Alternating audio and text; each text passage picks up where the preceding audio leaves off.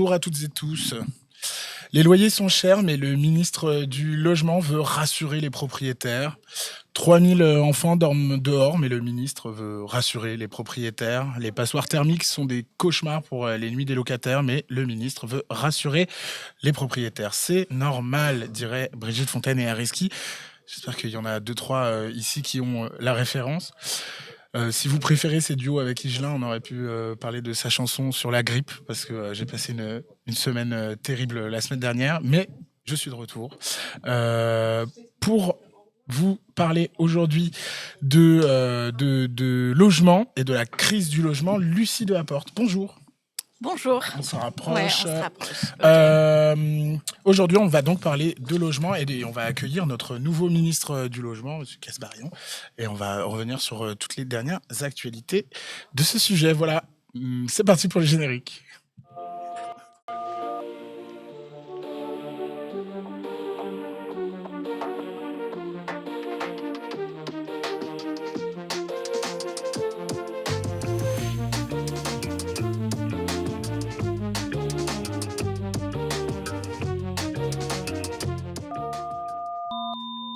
Abonnez-vous. Alors, à vous qui nous regardez pour la première fois, il y en a encore, abonnez-vous, c'est l'émission Twitch de Mediapart dans laquelle les journalistes de Mediapart et les salariés de Mediapart vous racontent leur métier, leur sujet d'expertise et répondent à toutes vos questions. Cette chaîne n'est pas monétisée. Comme je le dis chaque semaine, Twitch est la propriété de Amazon. Amazon est la propriété de Jeff Bezos et on pense qu'il a bien assez d'argent. Donc, rien ne sert d'essayer de faire des subs, les pourboires numériques, tout ça. On a tout désactivé. Mais par contre, vous pouvez soutenir cette émission et le journal en vous abonnant à Mediapart. Surprise. Si vous nous regardez en direct, vous pouvez même avoir accès à une offre spéciale gratuite, un mois, sans rentrer sa carte bleue, sans mettre d'autres informations, sans mettre d'informations et sans que ce soit quelque chose qui revient le mois plus prochain. Je ne sais plus comment on dit. Il n'y a pas de. Voilà. Donc abonnez-vous. Voilà. Ce soir, on a Vincent Morel à la modération, sous le pseudo Cropule. Donc, si vous mettez des commentaires racistes, sexistes, LGBT-phobes, si vous vous insultez ou quoi ou qu'est-ce, les commentaires seront modérés par lui. Et puis, si vous avez des liens envoyés ou quoi ou qu'est-ce, c'est par lui que ça passe. Donc, vous écrivez en Acropule dans le chat. Voilà. Avant de faire la revue de la semaine de ce qu'il y a eu dans le Mediapart, peut-être est-ce que tu peux te présenter, nous dire depuis quand tu es à Mediapart déjà ? Alors, depuis plus de 10 ans, je suis arrivée... J'ai commencé mes premiers papiers en 2011. J'étais embauchée en 2013. Ouais, et 11 ans. Et avant, tu étais où du coup ? Et juste avant, j'étais dans un journal qui s'appelait Backchiche, qui faisait de l'enquête en ligne. Voilà, j'ai toujours fait un peu d'enquête à droite à gauche. Et à Mediapart, t'as pas toujours été au... Je suis arrivée sur l'éducation. Ouais. Et ensuite, pendant très longtemps, j'ai fait la droite et l'extrême droite. Fun. Alors, qu'est-ce qu'il y a eu dans Mediapart cette semaine ? Hop, comme chaque semaine, je vous montre la une du journal et quelques articles qui ont été bien commentés. Alors déjà, l'article de Justine Brabant et Fabien Escalona, troupes occidentales en Ukraine, Macron désavoué de toutes parts. N'excluant pas l'envoi de troupes sur le sol ukrainien, le président français a suscité la bronca des oppositions, tandis que plusieurs de ses alliés européens se sont désolidarisés. Au lieu de provoquer un débat sérieux, l'évocation désinvolte de cette hypothèse a exposé la division des soutiens à l'Ukraine. Carnage lors d'une distribution d'aide à Gaza, la responsabilité d'Israël est pointée. C'est un article de Rachida El Azouzi. Israël qui assiège et affame la population de Gaza en entravant l'aide humanitaire parle d'un mouvement de foule pour expliquer la centaine de morts jeudi à Gazaville. Mais les tirs de soldats israéliens sont avérés. Les condamnations internationales se multiplient. Toujours en Palestine. Alors, enquête sur la campagne d'Israël pour tuer l'UNRWA. Je ne sais pas si on dit UNRWA ou si on doit dire Ouais, UNRWA. non, Je ne sais pas. l'UNRWA, Ouais. ouais. L'agence de l'ONU pour les Palestiniens. L'État hébreu accuse l'agence onusienne chargée de l'aide aux réfugiés palestiniens de complicité avec le Hamas, mais à ce stade, les preuves manquent. En plein chaos à Gaza, l'agence a perdu de nombreux financements. C'est un article de Mathieu Magnodex que je vous invite à lire. Ensuite, tiens donc, un article de toi-même, Lucie Delaporte, aligné sur le RN, la région sud retire des subventions à 2 films jugés anti-israéliens. Après une campagne du Rassemblement national, la région présidée par Renaud Muselier a brutalement retiré ses promesses de subventions à 2 films traitant de la question palestinienne, dont l'un est produit par le cinéaste israélien Eyal Sivan. Extrême droite toujours au Parlement européen. Le bilan famélique de Jordan Bardella. C'est Ludovic Lamant qui m'a appris beaucoup de vocabulaire cette semaine. Famélique. Le Rassemblement national lance sa campagne pour les européennes dimanche à Marseille. Donc c'était dimanche dernier. Le retour sur le bilan anémique, deuxième mot, anémique de Jordan Bardella à tête de la liste du parti d'extrême droite au Parlement de Strasbourg depuis 5 ans. Voilà.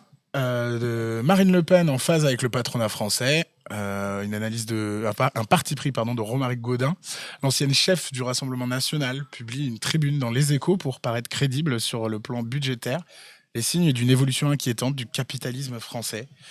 Comme toujours, hein, allez lire les articles de Romaric Gaudin. Ensuite, bonne nouvelle quand même, il n'y a pas que l'extrême droite dans ce pays. Le Sénat vote pour l'inscription de l'IVG dans la Constitution. 50 ans après la loi Veil, le Sénat a voté pour la constitutionnalisation de l'avortement. Plus jamais les faiseuses d'anges, les cintres, les aiguilles, les mortes, a déclaré l'écologiste Mélanie Vogel. Le texte doit encore être adopté en congrès lundi prochain, donc c'est aujourd'hui. Alors... Vogel, on dit Vogel, on me dit dans l'oreillette que c'est Mélanie Vogel. Désolé Mélanie Vogel, maintenant je le saurai. Et merci à Hélène Salvi qui surveille mes mots. Ensuite, on l'avait reçu ici dans Abonnez-vous il y a quelques semaines, Cécile Hautefeuille, écrit donc Assurance Chômage, un premier bilan confirme les effets délétères de la réforme de 2019. Quelle surprise! Alors que le Premier ministre promet de nouvelles attaques contre les droits des chômeurs et des chômeuses, une évaluation de la première réforme de l'assurance chômage vient d'être publiée. Les jeunes et les plus précaires sont perdants, le retour promis à l'emploi durable demeure discutable. Hop, grève des profs en Seine-Saint-Denis, c'est important, et c'est un article de Mathilde Gohanec. On nous demande de nous adapter à l'inadaptable. La grève est reconduite en Seine-Saint-Denis. Les enseignants réclament un plan d'urgence pour le département, mais également l'abandon des groupes de niveau au collège, prévu pour la rentrée 2024, comme à Romainville. Le mouvement est parfois soutenu par des parents inquiets. Donc c'est un reportage à Romainville. Et ici, j'ai rajouté aussi l'article de Jade Lingard sur la A69. Le préfet du Tarn protège la nature, mais moins que l'autoroute, quand même. Pour autoriser le défrichement du bois de la Crémade, le tracé de l'autoroute A69, l'État s'assoit sur ses propres règles. Sur place, la tension est à son comble. Le rapporteur de l'ONU demande au gouvernement de laisser les activistes accéder à la nourriture et à l'eau. Voilà. Hop. Voilà tout ce qu'il fallait lire et bien plus dans Mediapart cette semaine. Et on en revient un peu à toi. Du coup, il y a un poste logement déjà à Mediapart. Est-ce que tu peux nous dire d'où vient cette idée? Et il aurait pu être attaché au pôle politique ou au pôle social, ou il est rattaché au pôle écologie. Donc Ouais, il est rattaché au pôle écologie depuis cet été. On l'a créé, Mediapart l'a créé il y a un an.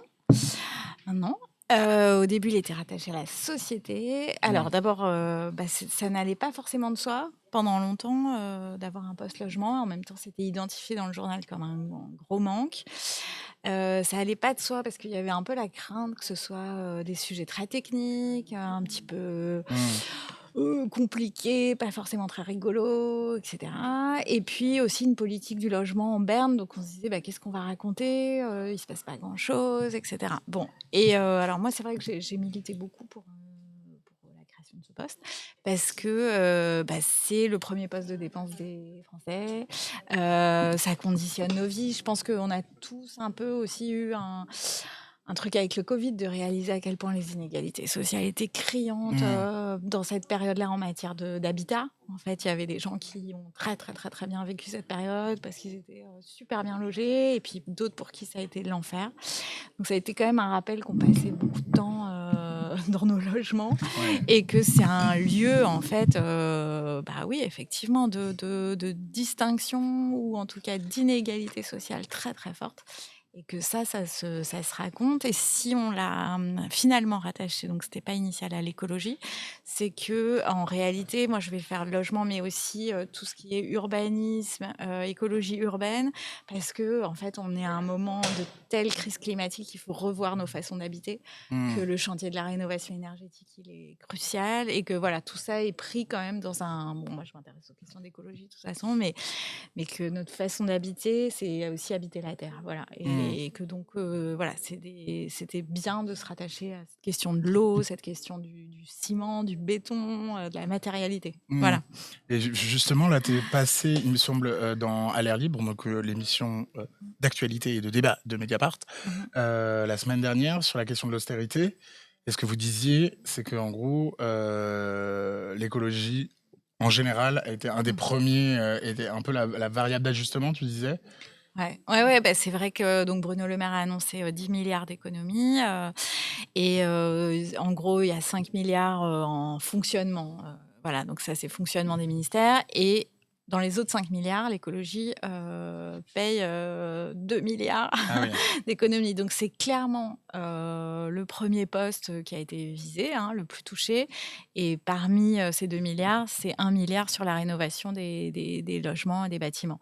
Alors qu'on en reparlera sans doute, mais c'est un chantier essentiel, un peu compliqué effectivement, mais essentiel. Donc c'est vraiment un pari sur l'avenir un peu fou, quoi, de dire on s'en fiche et puis voilà, on retire de l'argent qui permettrait de faire cette réorientation nécessaire.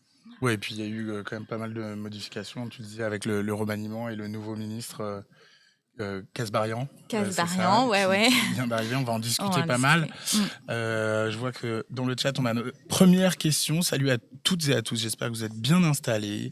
Salut à Mike Kiahuken. Hello la jeunesse rebelle, informez-nous. Posez-nous des questions. Et la première qu'on a, pouvez-vous tout d'abord nous rappeler quelques informations clés illustrant la politique du logement sous Emmanuel Macron? Nombre de mal logés, évolution du nombre de logements sociaux construits. Déjà, il y a une modification de la politique de logement, là, avec le nouveau remaniement, c'est ça? Ouais, alors ça, on peut peut-être parler, enfin, on y viendra, mais il y a sans doute des inflexions. C'est encore difficile de savoir exactement où on va, mais c'est vrai qu'on a un nouveau ministre qui a l'air très volontariste, contrairement à ses prédécesseurs. Avant, c'est vrai qu'on a eu des ministres du logement assez faibles institutionnellement. C'était quand même beaucoup Bercy qui décidait.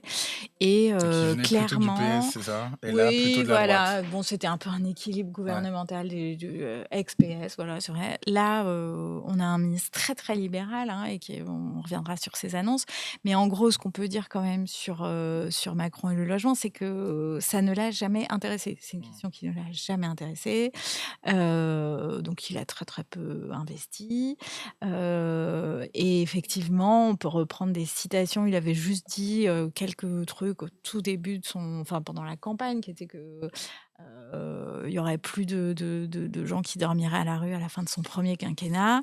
Et ce dont on s'aperçoit, c'est que le nombre de sans domicile a doublé en 10 ans. Donc, on n'y est pas. On est à 330 000 sans domicile. Je ne sais plus ce qu'il demandait, les chiffres de mal logés. Bon, alors après, faut entendre ce que ça veut dire mal logé, mais en gros, on est à 12 millions, selon la Fondation Abbé Pierre, de mal logés.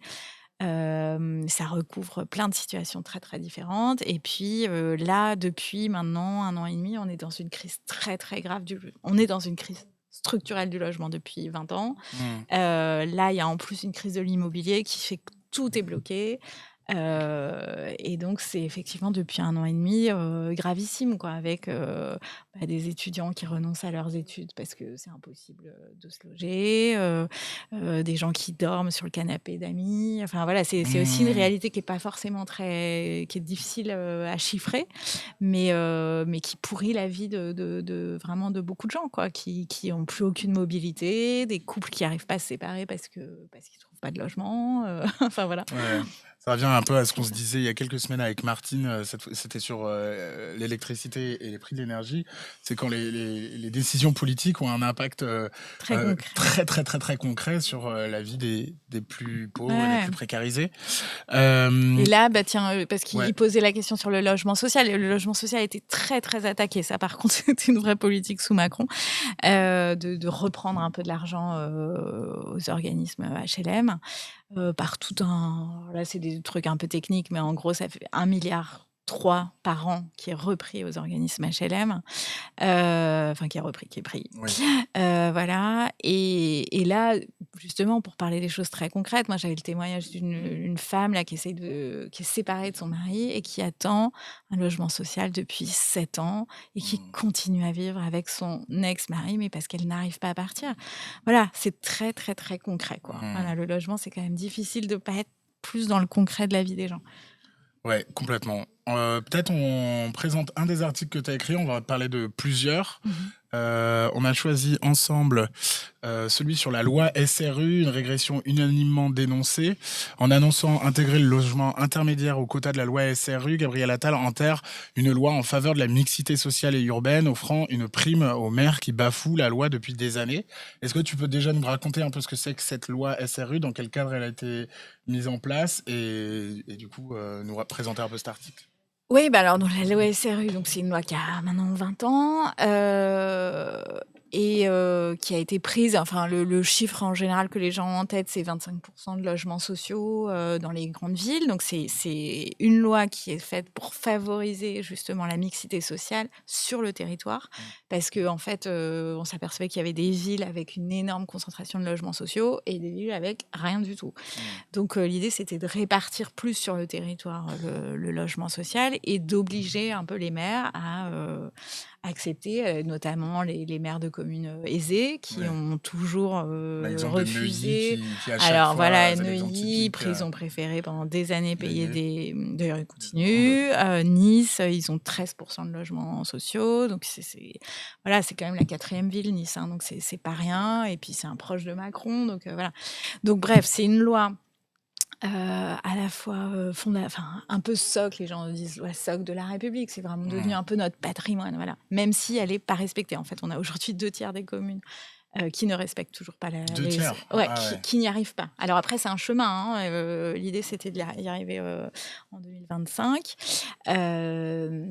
Donc c'est un chemin, mais enfin, il y en a qui sont très, très loin du chemin et Mmh. qui ont en fait, tout fait parce que c'est une vieille revendication de la droite, de traficoter au moins, pas forcément abroger la loi SRU, mais de au moins faire en sorte qu'elle soit moins contraignante.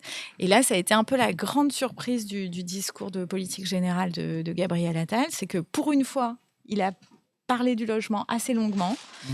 et il a compris, ça y est, on a l'impression que dans la Macronie, on a compris qu'il y avait une crise de logement et qu'il fallait vraiment s'en emparer. Et surprise, il a annoncé qu'il allait revenir sur la loi SRU, c'est-à-dire en réalité intégrer du logement intermédiaire qui est de fait plutôt celui des cadres. Quand on regarde OK. les plafonds de ressources, c'est vraiment intermédiaire. Ils disent oui, classe moyenne. Non, non, c'est cadre, voire cadre sup, hein. On est sur des plafonds très élevés. Et à partir du moment où on les intègre aux 25%, la loi SRU est de fait perd complètement son sens. Donc c'est encore, voilà, pour l'instant, il a annoncé ça. Il y a évidemment toutes les assos de mal logés, tout le monde du logement social, la gauche qui est vent debout. On va voir, on va voir. Mais enfin, le signal est effectivement très, très inquiétant parce qu'on personne ne l'a vu venir. C'est-à-dire qu'il y a des choses bon, qui étaient en préparation, ça on s'y attendait. On pourra reparler de la rénovation des bâtiments, ça on s'attendait à ce qu'ils enlèvent un peu de sous, mais la loi SRU, c'est vraiment quelque chose de très symbolique, quoi. Donc Et voilà. ça avait été un peu un sujet, il me semble, je sais plus si c'était pendant les présidentielles ou les législatives. Il y avait, le grand ramdam justement de la Fondation Abbé Pierre, où plusieurs candidats étaient venus, et c'était un sujet qui avait été mis sur le devant de la scène, mais comme à chaque fois, Ouais, comme avant. à chaque fois, c'est vrai que c'est un des sujets quand même assez clivants sur le logement, où bah là, clairement, on a Hmm. là, c'est difficile de pas avoir des territoires gauche-droite. Ouais. C'est très, très, très marqué, quoi. On a une droite qui est vraiment au nom de la mixité sociale. Alors, sans rentrer dans trop de détails, mais c'est vrai qu'il y a eu beaucoup de petites attaques ces derniers mois là-dessus, puisque toujours au nom de la mixité sociale, Elisabeth Borne, avant d'être débarquée, avait déjà dit on ne logera pas les ménages d'allo, c'est-à-dire les droits au logement, les plus prioritaires des prioritaires. Hmm. On ne les logera pas dans les quartiers politiques de la ville, parce qu'il faut faire de la mixité. Mais du coup, on commence à se dire, en fait, Les politiques quartiers de la ville, c'est les endroits les plus précarisés, c'est ça? voilà, c'est Où il ça, y a- ouais. en termes Ok. socio-économiques. Et elle a dit, bah, on ne va pas les loger là, parce que on Il y a va déjà des concentrer la pauvres, on met misère. pas les Voilà. pauvres là où ils Mais sont. on commence à se demander où est-ce qu'ils vont aller, Du en fait. coup, ouais. Quel est le plan? Quel est le Hmm. plan B? Parce que personne, je veux dire, ils vont pas aller à Neuilly, il n'y a pas de logements sociaux, ils Hmm. vont pas, voilà. Donc, au nom, ça c'est un peu quelque chose qui revient tout le temps dans la politique du logement, c'est qu'au nom de la mixité sociale, on en arrive, et là ils ont redit ça sur le détricotage de la loi SRU, on va mettre de l'intermédiaire pour pas concentrer, pas faire de ghetto, il faut qu'il y en ait pour tout le monde, il faut qu'il y ait des classes moyennes, etc. En réalité, à chaque fois, c'est quand même les plus vulnérables qui n'ont pas de solution. Et Voilà. puis même quand il y avait moi je me rappelle de l'histoire du centre pour SDF dans le 16e, où il y avait eu toute une polémique locale, où ils avaient au Ouais, final. ouais. Oui, alors c'est ça. Alors c'est des batailles homériques. Bah, il y a encore eu ça d'ailleurs. On va peut-être en parler dans Mediapart, mais là, il y a à nouveau des écoles privées de l'Ouest parisien qui ont cru comprendre qu'on allait leur mettre des HLM dans leur cours d'école. Alors là, bronca. Enfin, c'est un sujet hyper sensible où tout d'un coup les gens se mobilisent Hmm. parce qu'ils veulent pas. Voilà. Et en fait, le logement, c'est un enjeu vraiment de distinction sociale, quoi. Donc, si on me met un HLM dans mon quartier est foutu. Mes enfants, CF ou DA Castera, vont côtoyer, vont peut-être pas se faire des amis ou des amis qui sont peu recommandables. Ouais. Donc, c'est une bataille. C'est vrai que les gens sont prêts à pétitionner. On l'a encore vu là, ces dernières semaines. Là. Donc, les parents de ces lycées ont pétitionné pour dire pas de HLM chez nous, quoi.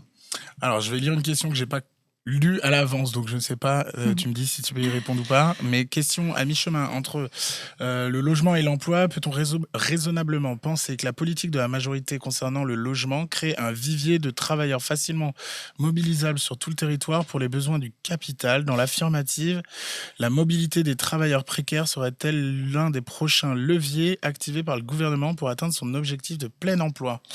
J'ai peur que ce soit Attends, je vais pas la tout à fait dans le relire. sujet, ouais. Peut-on penser que la politique concernant le logement crée un vivier facilement sur tout le territoire? Je suis pas sûre de comprendre la question Ouais, bah parce Terence, si tu que veux la repréciser, précise-la. Et il y a ouais, une autre question sur ok. quels sont les critères être mal logé.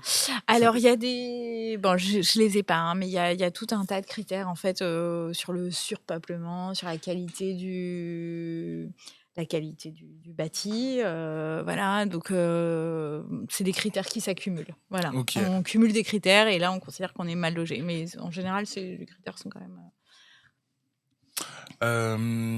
Alors, les attaques du gouvernement macroniste sur le logement social, le manque de construction des logements sociaux en Île-de-France, est-ce que ça ne serait pas une volonté politique soutenue et portée à demi-mesure par Valérie Pécresse d'éloigner les plus pauvres et précaires de Paris et de la petite couronne?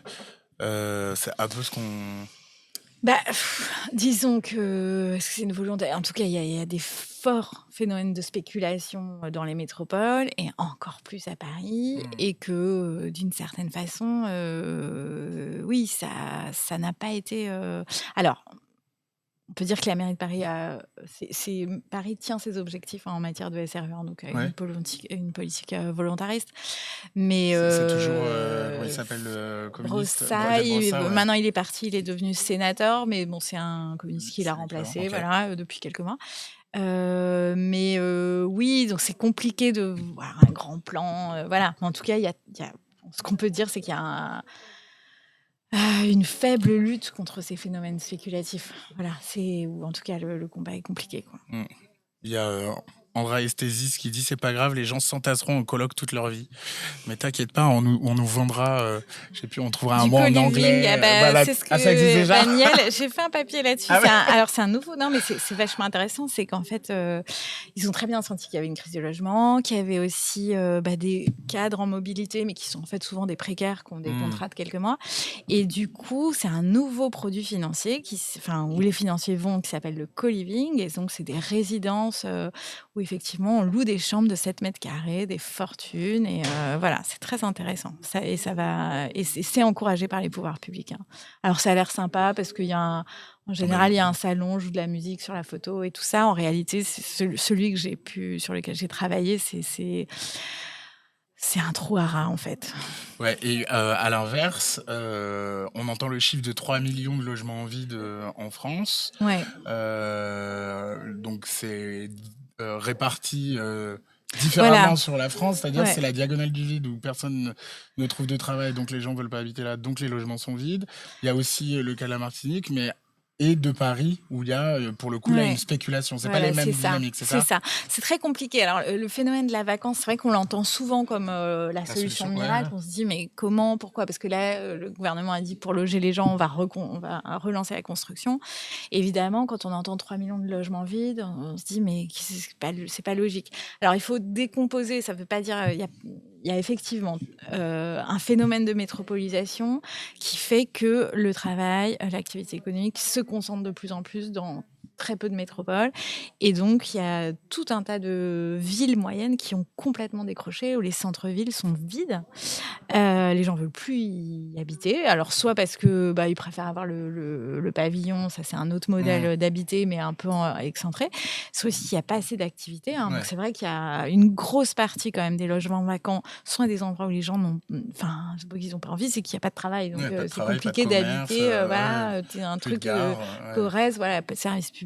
Voilà. Donc, ça veut dire éventuellement complètement revoir. Ça, c'est vraiment de l'aménagement du territoire de long terme parce que il va falloir même d'un point de vue écologique, c'est vrai que c'est quand même il y a quelque chose de surpression sur certains territoires et c'est pas normal de laisser tout ce bâti se dégrader alors que c'est parfois du beau bâti. Et puis après, il y a des phénomènes vraiment spéculatifs où effectivement, des kilomètres de bureaux vides. Alors, les bureaux, c'est encore autre chose, mais de logements où on attend que ça monte, en fait, aussi, tout simplement. C'est parfois des boîtes qui ont racheté des rues entières. Donc, voilà, c'est plusieurs phénomènes qui font que je crois qu'on aboutissait à... Parce qu'il faut voir aussi, il y a, sur ces 3 millions, il y a toute une phase où c'est le temps que la famille... les entre-deux. Voilà, exactement. Et c'est assez difficilement compressible en réalité. Donc, on a abouti, je crois qu'il y en a 330 000 qui sont vides depuis plusieurs années. Quoi. Et dans des territoires tendus, où là, il y a une énorme demande. Là, c'est un vrai scandale. Parce que là, c'est des lieux qui sont squattables, quoi. En parlant de ça, Guillaume Kasbarian a été du coup connu d'abord en tant que député sur la question du squat. Alors, on avait des grands trucs sur CNews, BFM, sur les pauvres propriétaires qui se retrouvaient avec des gens chez eux, etc. On a eu tout un discours là-dessus. Le monsieur a apparu comme ça et il est devenu maintenant ministre. Tu nous racontes un peu... Mais c'est vrai que ça nous a... Alors, on a été assez surpris. On l'entendait depuis quelques semaines, mais on a été surpris de ce choix parce que c'est vraiment... Guillaume Kasbarian, c'est quelqu'un de très clivant, mais qui a réussi quelque chose d'assez impressionnant, c'est de politiser justement à l'extrême cette question du logement, avec un discours extrêmement populiste de le petit propriétaire lésé par le méchant squatteur aux cheveux sales, qui travaille pas et qui lui a pris son seul bien et lui et du coup le bon voilà. Alors on a beaucoup écrit là-dessus parce que ça existe en partie. Ça existe, il y a bien sûr quelques cas, mais en gros, quand même, il faut rappeler un peu la structure de la propriété. C'est qu'on a quand même 3,5% de multipropriétaires qui possèdent 50% du parc locatif. Donc, Bon, faut rappeler un peu ces ordres pardon, de grandeur. Et par ailleurs, là où il y a eu énormément de désinformation, c'est que en fait, l'arsenal, parce que lui, son exemple, c'était vous rentrez chez vous fatigué du travail et vous avez un squatteur sur votre canapé Mmh, et l'État ne fait rien. En réalité, il y avait un arsenal là-dessus mmh, qui existait législatif, il y avait besoin de rien du tout. Là où il a poussé les curseurs très, très loin, c'est qu'en fait et c'est pour ça que on l'appelait loi anti-squat, mais en réalité, c'était beaucoup sur, les, les impayés. locataires qui n'arrivaient Mmh, plus à payer leur loyer et là, dans ces cas-là, il y a des procédures, ça évidemment, ça va au tribunal et en général, on échelonne parce que expulser une famille, c'est gravissime. C'est des ruptures de vie. Enfin, mmh. c'est très, très, très, très, très violent. On a beaucoup de mal à s'en remettre, derrière. Donc il faut que ça arrive en dernier, dernier, dernier, dernier ressort. Mais ça, ça, c'est un Et grand avec une solution de relogement. Enfin, Ça, ça c'est un peut grand pas classique, le coup de la perte de droits. C'est-à-dire, c'est comme quand on parle des sans-papiers, on imagine toujours les situations les plus graves de personnes qui arrivent par la Méditerranée, machin, alors que la plupart des gens sont des gens qui ont eu des qui sont droits et qui d'un nationaux. coup n'ont plus de droits parce que sur le papier, on leur dit, vous n'avez plus le droit. C'est ça. Mais avant, c'était un droit. Et là, pareil, sur le logement, c'est principalement des gens qui étaient locataires et qui se Qui retrouvent dans habitent, une voilà, et qui situation sont en de situation précarité. d'impayé. Et là, Guillaume Camas-Marion, bon, ça a été réécrit par le Sénat, Mm, mais là, prévoyait des peines de prison. Donc, mm, là, on retournait un petit peu au 19e siècle, c'était quand même prison pour dette. mm, Voilà, c'est ce personnage-là qui arrive au logement, donc c'est pas n'importe quoi, j'ai envie de dire. C'est quand même une loi qui a été condamnée par l'ONU. L'ONU a mm. dit attention, qu'est-ce que c'est que cette loi Voilà. Voilà, pour situer le personnage. Donc c'est vrai, quand il est arrivé, quand il a été nommé, toutes les associations, type Abbé Pierre, le DAL et tout, ont un Carrément. petit peu voilà, parce qu'elles ont passé 1 an à batailler contre la loi Kasbarian, la loi Mm. anti-squat et c'est lui que Macron choisit pour aller au logement. Donc bon, puis on va voir les premiers indices qu'il donne, mais c'est en tout cas, c'est quelqu'un qui a des idées visiblement. C'est clair. On Ouais. salue les gens qui nous rejoignent. On est en train de parler donc de la crise du logement, qui est présente depuis 2 ans déjà, mais qui s'accélère un peu et dont les réponses ne sont pas celles espérées Mmh. par les fondations Abbé Pierre, ADD Carmonde, le DAL. Et sinon, du coup, j'en avais un autre sous la main parce que du coup, on fait le lien également avec ton poste au pôle écologie et la question des passoires thermiques. Tu as écrit un article donc, qui s'appelle Passoires thermiques, la calculette du ministre au service des propriétaires, encore une fois. Mmh. Celui-là, c'était en février, donc juste Il y a là, hein. pas longtemps.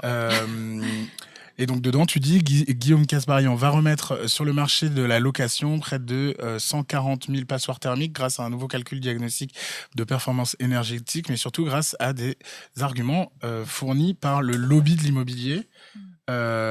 On pense souvent au lobbying au niveau européen, à l'Assemblée nationale. L'Assemblée nationale est aussi très impactée par des lobbyistes. C'est qui ces lobbyistes? Bah, Comment là, ça, en comment ça... l'occurrence, là, c'était la FNAIM, hein, c'est la fédération, de l'immobilier, en France. Et en fait, on savait très bien qu'il y avait enfin, donc pour revenir à la loi, il y a la loi climat et résilience qui impose un calendrier qui interdit qu'on loue les pires passoires thermiques, donc il y a Hmm. un échelonnement. Ça a déjà commencé l'an dernier, il y a des échéances qui arrivent là. Et il y avait une pression très forte des propriétaires pour dire, et là je repense aussi aux multipropriétaires qui ont un peu plus de surface pour, Hmm. justement faire du lobbying, pour dire: «Bah, non, nous on n'a pas envie de faire ces travaux de rénovation, c'est compliqué». Alors c'est vrai que c'est compliqué, et puis après tout, c'est la crise du logement, si vous nous obligez à faire ça, ça va retirer du marché, un certain nombre de Hmm. logements. Voilà, donc il y avait une pression, on le sentait depuis tous ces derniers mois, une pression énorme pour faire dérailler le calendrier. Hmm. Ça aurait été politiquement trop catastrophique de dire: «On arrête ce calendrier, ça fait 10 ans que c'est engagé là maintenant cette transition». Donc ils ont préféré bidouiller, bidouiller ce qu'on appelle le DPE, le diagnostic de performance énergétique, pour dire: «Bon, bah, les petites surfaces, sortent». Voilà et bah, voilà, c'était un des premiers, c'est le premier signal qu'on a eu du ministre. Donc l'écologie, on s'en fiche. Faut savoir que vivre dans une passoire thermique, ça a des conséquences sur sa santé, On a beaucoup de gens qui ont de l'asthme, qui tombent malades. Ça a des conséquences psychologiques très fortes aussi, parce que c'est usant, en fait. C'est usant de grelotter l'hiver, de cuire l'été. Ça veut dire qu'on n'invite pas des gens chez soi, ça veut dire qu'on a honte un peu de son habitat, La etc. question de l'éducation pour les gosses. C'est très très violent, hein. Donc c'est pas en option, quoi. C'est-à-dire que non seulement il y a la question du gaz à effet de serre, et de toute façon il va falloir qu'on y aille parce que c'est les bâtiments, les logements, c'est 18%, c'est le 4e poste, hein, d'émissions de gaz à effet de serre après les transports, etc. Donc c'est énorme, hein, il faut le faire. Mais par ailleurs, on peut se dire que la dimension sociale, elle est, voilà, c'est un peu criminel là, de dire ah bah là on a modifié, on a trouvé un nouveau calcul et toutes ces passoires thermiques ne seront pas rénovées. Voilà. D'accord. Et là, on parlait des grandes villes et tout. Et, on peut parler aussi du poids des plateformes de location, Airbnb, etc.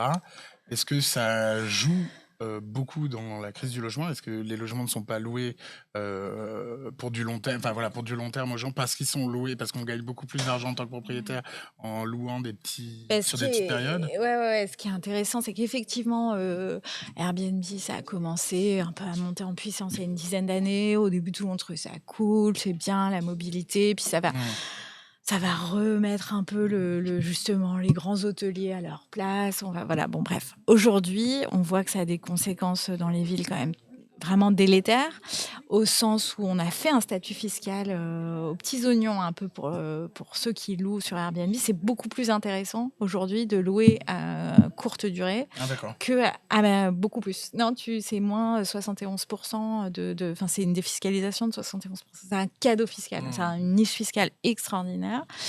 Donc ça attire évidemment plein d'investisseurs, hein, et là on sort complètement du modèle du propriétaire qui loue quand il part en vacances. Là c'est plus ça, hein. Là on a eu vraiment des gens qui ont investi des villes, pareil en rachetant des immeubles et en faisant du Airbnb toute l'année.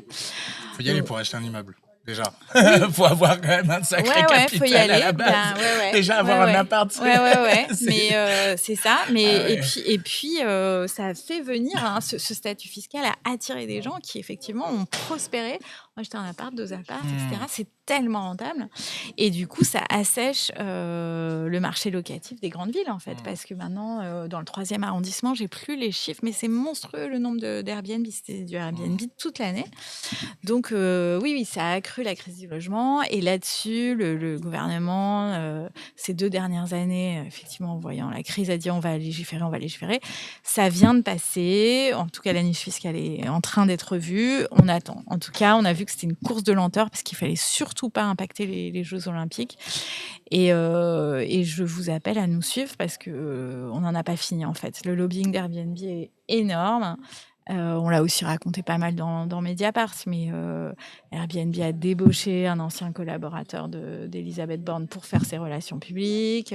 Là, récemment, le Monsieur Logement de Renaissance a lui-même recruté au Parlement l'ancien lobbyiste d'Airbnb. Enfin, voilà, ils sont là. Ils veillent à leurs intérêts. Ça me rappelle l'affaire, comment ça s'appelle, de Uber, enfin des Uber Files et tout ça est très lié.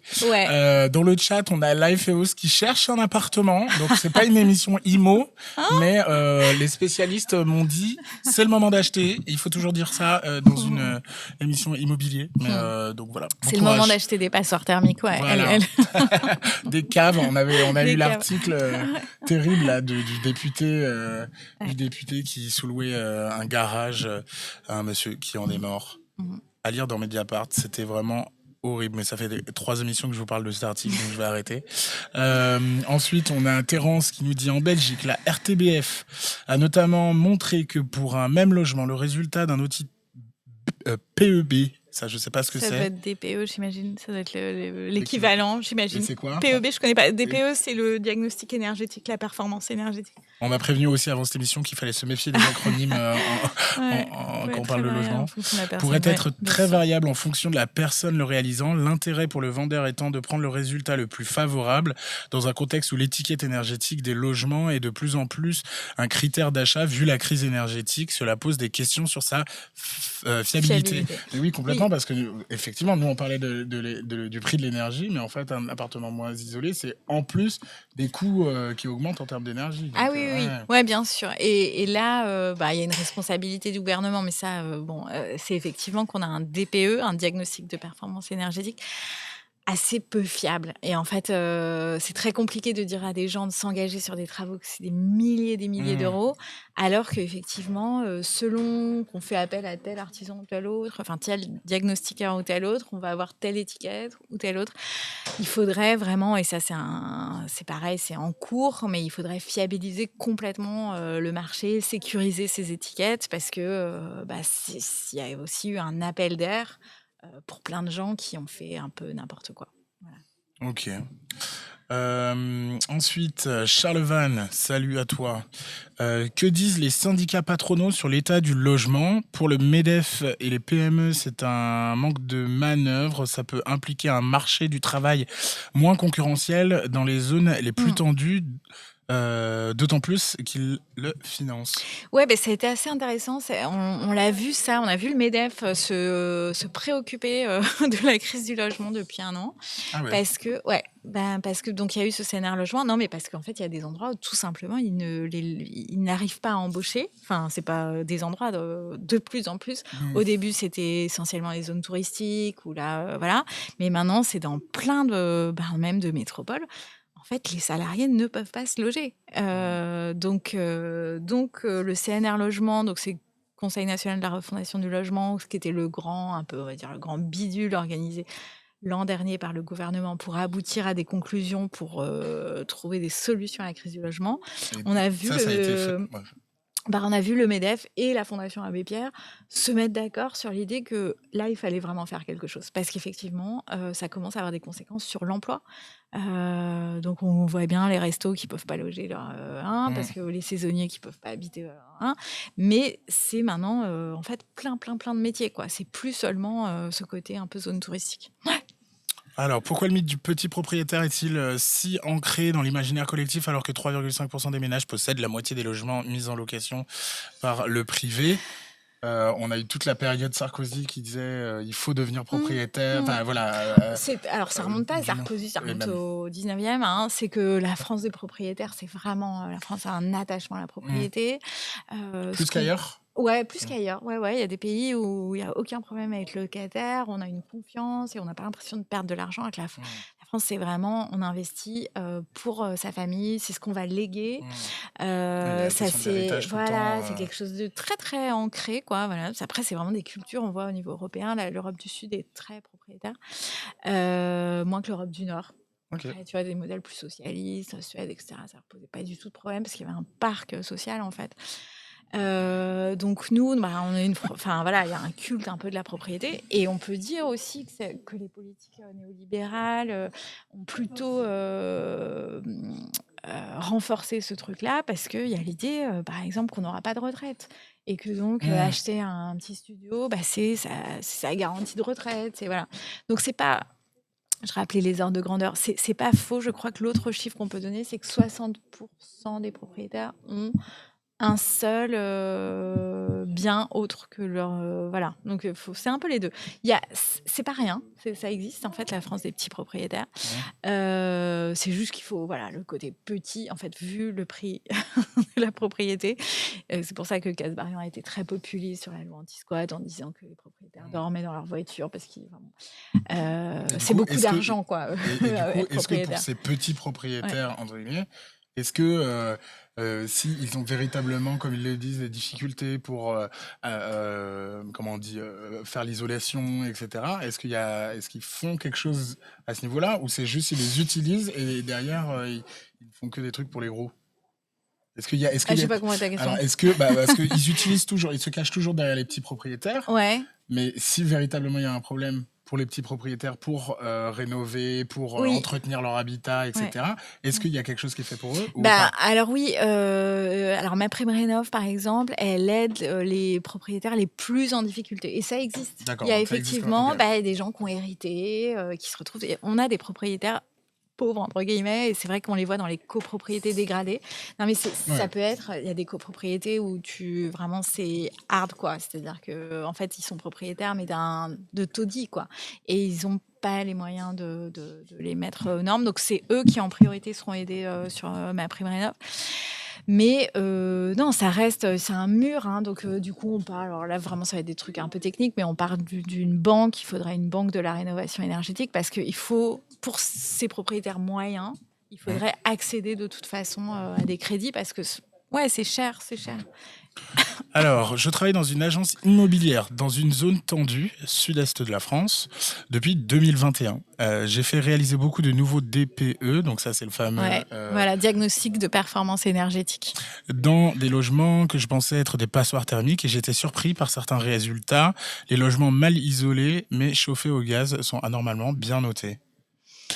Alors là, j'ai pas de réponse, si ce n'est qu'on nous signale effectivement, plein d'anomalies comme ça. Et il y a une sorte d'opacité. Le DPE, il a été rebidouillé plusieurs fois. Et donc là, je me prononcerai pas du tout sur ce cas en particulier parce que j'en ai aucune idée, c'est très technique. Mais oui, c'est un des problèmes, quoi. Et en fait, ce qui fait que ça fait que tout le secteur est un peu paralysé en se disant, est-ce que c'est bien la peine? Est-ce que voilà, j'ai une étiquette pourrie, tu sais, c'est les étiquettes A, B, C, D, F, G, Sur les là. machines à laver. Voilà, comme sur les machines à Ouais, laver, je t'as suis exactement propriétaire d'une ça. machine à laver, c'est déjà ça. Mais où que tu vives, tu as aussi une étiquette. Et donc, elles sont effectivement pas fiables. Ouais, c'est un gros souci. Ok. Alors, j'essaie de lire les questions dans le chat, mais elles sont un peu longues, du coup j'ai Ouais. peur de... Dérangé par les souris et les rangs pour les actions du personnel. Hop, dans l'histoire du conflit politique, Cagé et Picotti préconisent notamment ce qui suit. Si les partis de gauche et écologistes souhaitent regagner du terrain auprès des classes populaires et des villages et des bourgs, il faudra également soutenir les aspirations populaires à la propriété individuelle. Les partis de gauche s'approprient-ils cette question face au RN qui propose un prêt de 100 000 euros sans intérêt et ne devant plus être remboursé à partir du troisième enfant? C'est des grandes questions parce que effectivement, je pense que il y a une aspiration qu'il faut entendre, et notamment dans un contexte de fragilisation de la protection sociale. Enfin voilà, il y a une aspiration, et c'est vrai qu'être propriétaire, enfin ça. C'est un gap en fait, locataire, propriétaire, voilà. Les locataires, c'est une grande fragilité quoi, et surtout quand le marché est tendu. Là, on a vu des gens se faire expulser pour les JO. Enfin voilà, donc l'aspiration à être propriétaire, on peut pas. Enfin bon, Ouais. surtout. Enfin, en tout cas, il faut l'entendre. Après, on peut proposer d'autres modèles. C'est vrai que là, le logement social, théoriquement, 70% des Français sont éligibles au logement social. Combien? 70? Ouais, théoriquement. En réalité, c'est 12 millions, 11 millions, 12 millions de Français qui habitent en logement social. Et la construction s'est écroulée, on en produit de moins en moins. Donc, c'est un modèle on a décidé de l'étrangler à petit feu, quoi. Donc, voilà, après, je pense que c'est des grandes questions qu'il faut se poser. Voilà. En tout cas, on ne peut pas effectivement balayer du revers de la main le fait que être propriétaire, c'est une énorme sécurité, quoi. Soit on sécurise, il faut sécuriser quelque part, quoi. Soit c'est dans les politiques sociales, soit c'est dans le logement. Mais en tout cas, c'est vrai que oui, la question sur la gauche, je pense que c'est pas. Je pense qu'effectivement, le RN et la droite ont été assez malins, et notamment sur la question des gilets jaunes, qui étaient beaucoup plus centré qu'on ne le disait sur la question du logement. C'était souvent des propriétaires de pavillons très, très, très excentrés, donc avec des frais de transport et donc d'essence importants. C'est là-dessus que le mouvement est né. Et c'était des gens qui rejetaient complètement, effectivement, le modèle cité, qui ne voulaient surtout pas vivre voilà, dans des ensembles HLM, alors qu'ils étaient à niveau social. Voilà. Donc, il faut comprendre pourquoi ces imaginaires-là, pourquoi ça paraît impossible. Il faut rentrer là-dedans. Ça, je suis d'accord, c'est des enjeux politiques très importants. Ouais. Alors, on nous dit la prime rénov, c'est une belle arnaque. Les entreprises sont 30% plus chères et c'est super dur de faire un dossier. En plus, ça vient d'être mis à jour à la baisse, je crois. Est-ce que ma prime rénov... Ouais, alors c'est le fameux milliard là qui a été supprimé. Voilà, c'est ce dont on parlait. Et oui, effectivement, les dossiers sont hyper compliqué. Il y a un droit d'entrée, effectivement, pour être subventionné, qui fait que beaucoup de gens lâchent l'affaire. Donc, Parce qu'ils viennent de s'écrouler derrière nous. ouais. Encore une fois, c'est quand on veut pas faire une politique, on fait en sorte qu'elle marche pas, quoi. Et Ouais, donc, c'est du coup, ça, ça marche pas. Voilà. pour tuer ton chien dès que Voilà. qu'il a la rage. Ouais. Alors, les syndicats des employés de la RATP annonçaient que 250 de leurs agents dormaient dans leur voiture. C'est ce qu'on dit. Il y a bel et bien une crise. Non, mais c'est fou, c'est-à-dire qu'effectivement, ça touche maintenant des salariés qui sont même dans des grosses boîtes comme la RATP, une sécurité. Et puis, on voit les propriétaires demander maintenant des garanties sur 5 générations. C'est très violent, quoi. Donc, c'est vrai que voilà, il y a des gens qui dorment dans leur voiture et des gens qui, ouais, complètement. Les logements les plus Même récents au camping, on va en parler bientôt avec Faiza Zerwala. Il y a maintenant un mouvement pour aller vers les campings, quoi, parce que c'est la solution à l'année, quoi, pas en vacances, quoi, parce que ils trouvent rien. Les logements les plus récents sont-ils de bonne qualité? J'ai beaucoup de retours de mauvais logements dans des nouvelles constructions au niveau des immeubles. Ouais. Ça, effectivement, c'est un constat qu'on fait depuis, je sais pas, au moins 15 ans, peut-être même plus. C'est qu'on va vers toutes les constructions neuves, en fait, les normes. Alors là, on pourra reparler du décret Habitat, mais là, les normes qui sont passées sont toujours à la baisse, quoi. On baisse les plafonds, on baisse la qualité. Et l'idée, c'est de produire. Et donc, on voit parfois, il y a eu des encouragements fiscaux à produire, donc je pense à la loi Pinel, à produire du logement intermédiaire, justement. Et au bout de 20 ans, c'est des immeubles qui tombent en ruine, quoi, en fait, tellement la construction est mauvaise, quoi. Donc, les normes de qualité ont énormément baissé. C'est un problème. Et alors, écologiquement, c'est la catastrophe, parce que quand tu as, au bout de 20 ans, un immeuble qui a l'air déjà pourri, il faut savoir que construire, c'est hyper coûteux écologiquement. Détruire pour reconstruire, en plus, c'est une catastrophe. Donc, c'est vrai que c'est un souci, là, le vieillissement d'un parc très récent, en fait. Et la loi Pinel, est-ce que tu peux nous raconter? Parce que moi, de la loi Pinel, j'en ai vu que des pubs sur Internet. C'était un produit un peu fiscal pour attirer des investisseurs, typiquement des retraités, qui se disaient je vais investir dans un logement que je mettrai en location, donc avec un petit plafonnement des loyers. Et là, ils avaient une grosse défiscalisation. Donc, ça a encouragé justement des propriétaires à investir dans le logement. Mais ça a souvent fait... alors d'abord, pour les finances publiques, ça a été une catastrophe. Ce qui fait que là, on est revenu dessus. Mais ça a aussi fait produire... Des promoteurs se sont engouffrés là-dessus, produire au kilomètre du Pinel, et qui était souvent de très mauvaise qualité. D'accord. Alors ensuite, qu'est-ce qu'on a dans le chat? Limiter la présence de filières de formation technique à la présence d'emplois non pourvus dans une région n'est pas incohérente avec l'absence de politique de construction, réhabilitation, densification du logement. Alors attends, faut que je la relise celle-là. Ce soir, on a des questions Limiter la techniques. présence de filières de formation technique à la présence d'emplois non pourvus. Il y a des emplois. Alors, on est peut-être très fatigué. Startup Larbin, n'hésite pas à reformuler, pareil. Hein. Ouais, pardon, on est trop fatigué pour comprendre. Ouais, j'essaie. Après, je vois, il y a eu quelques messages là sur la modération du chat. Hein. On écrit pas en majuscule, c'est une des règles ici, mais c'est pas très très grave, mais il faut pas s'énerver pour ça. Ensuite. Le bruit qu'il y a eu tout à l'heure, des squatteurs qui attaquent la rédac.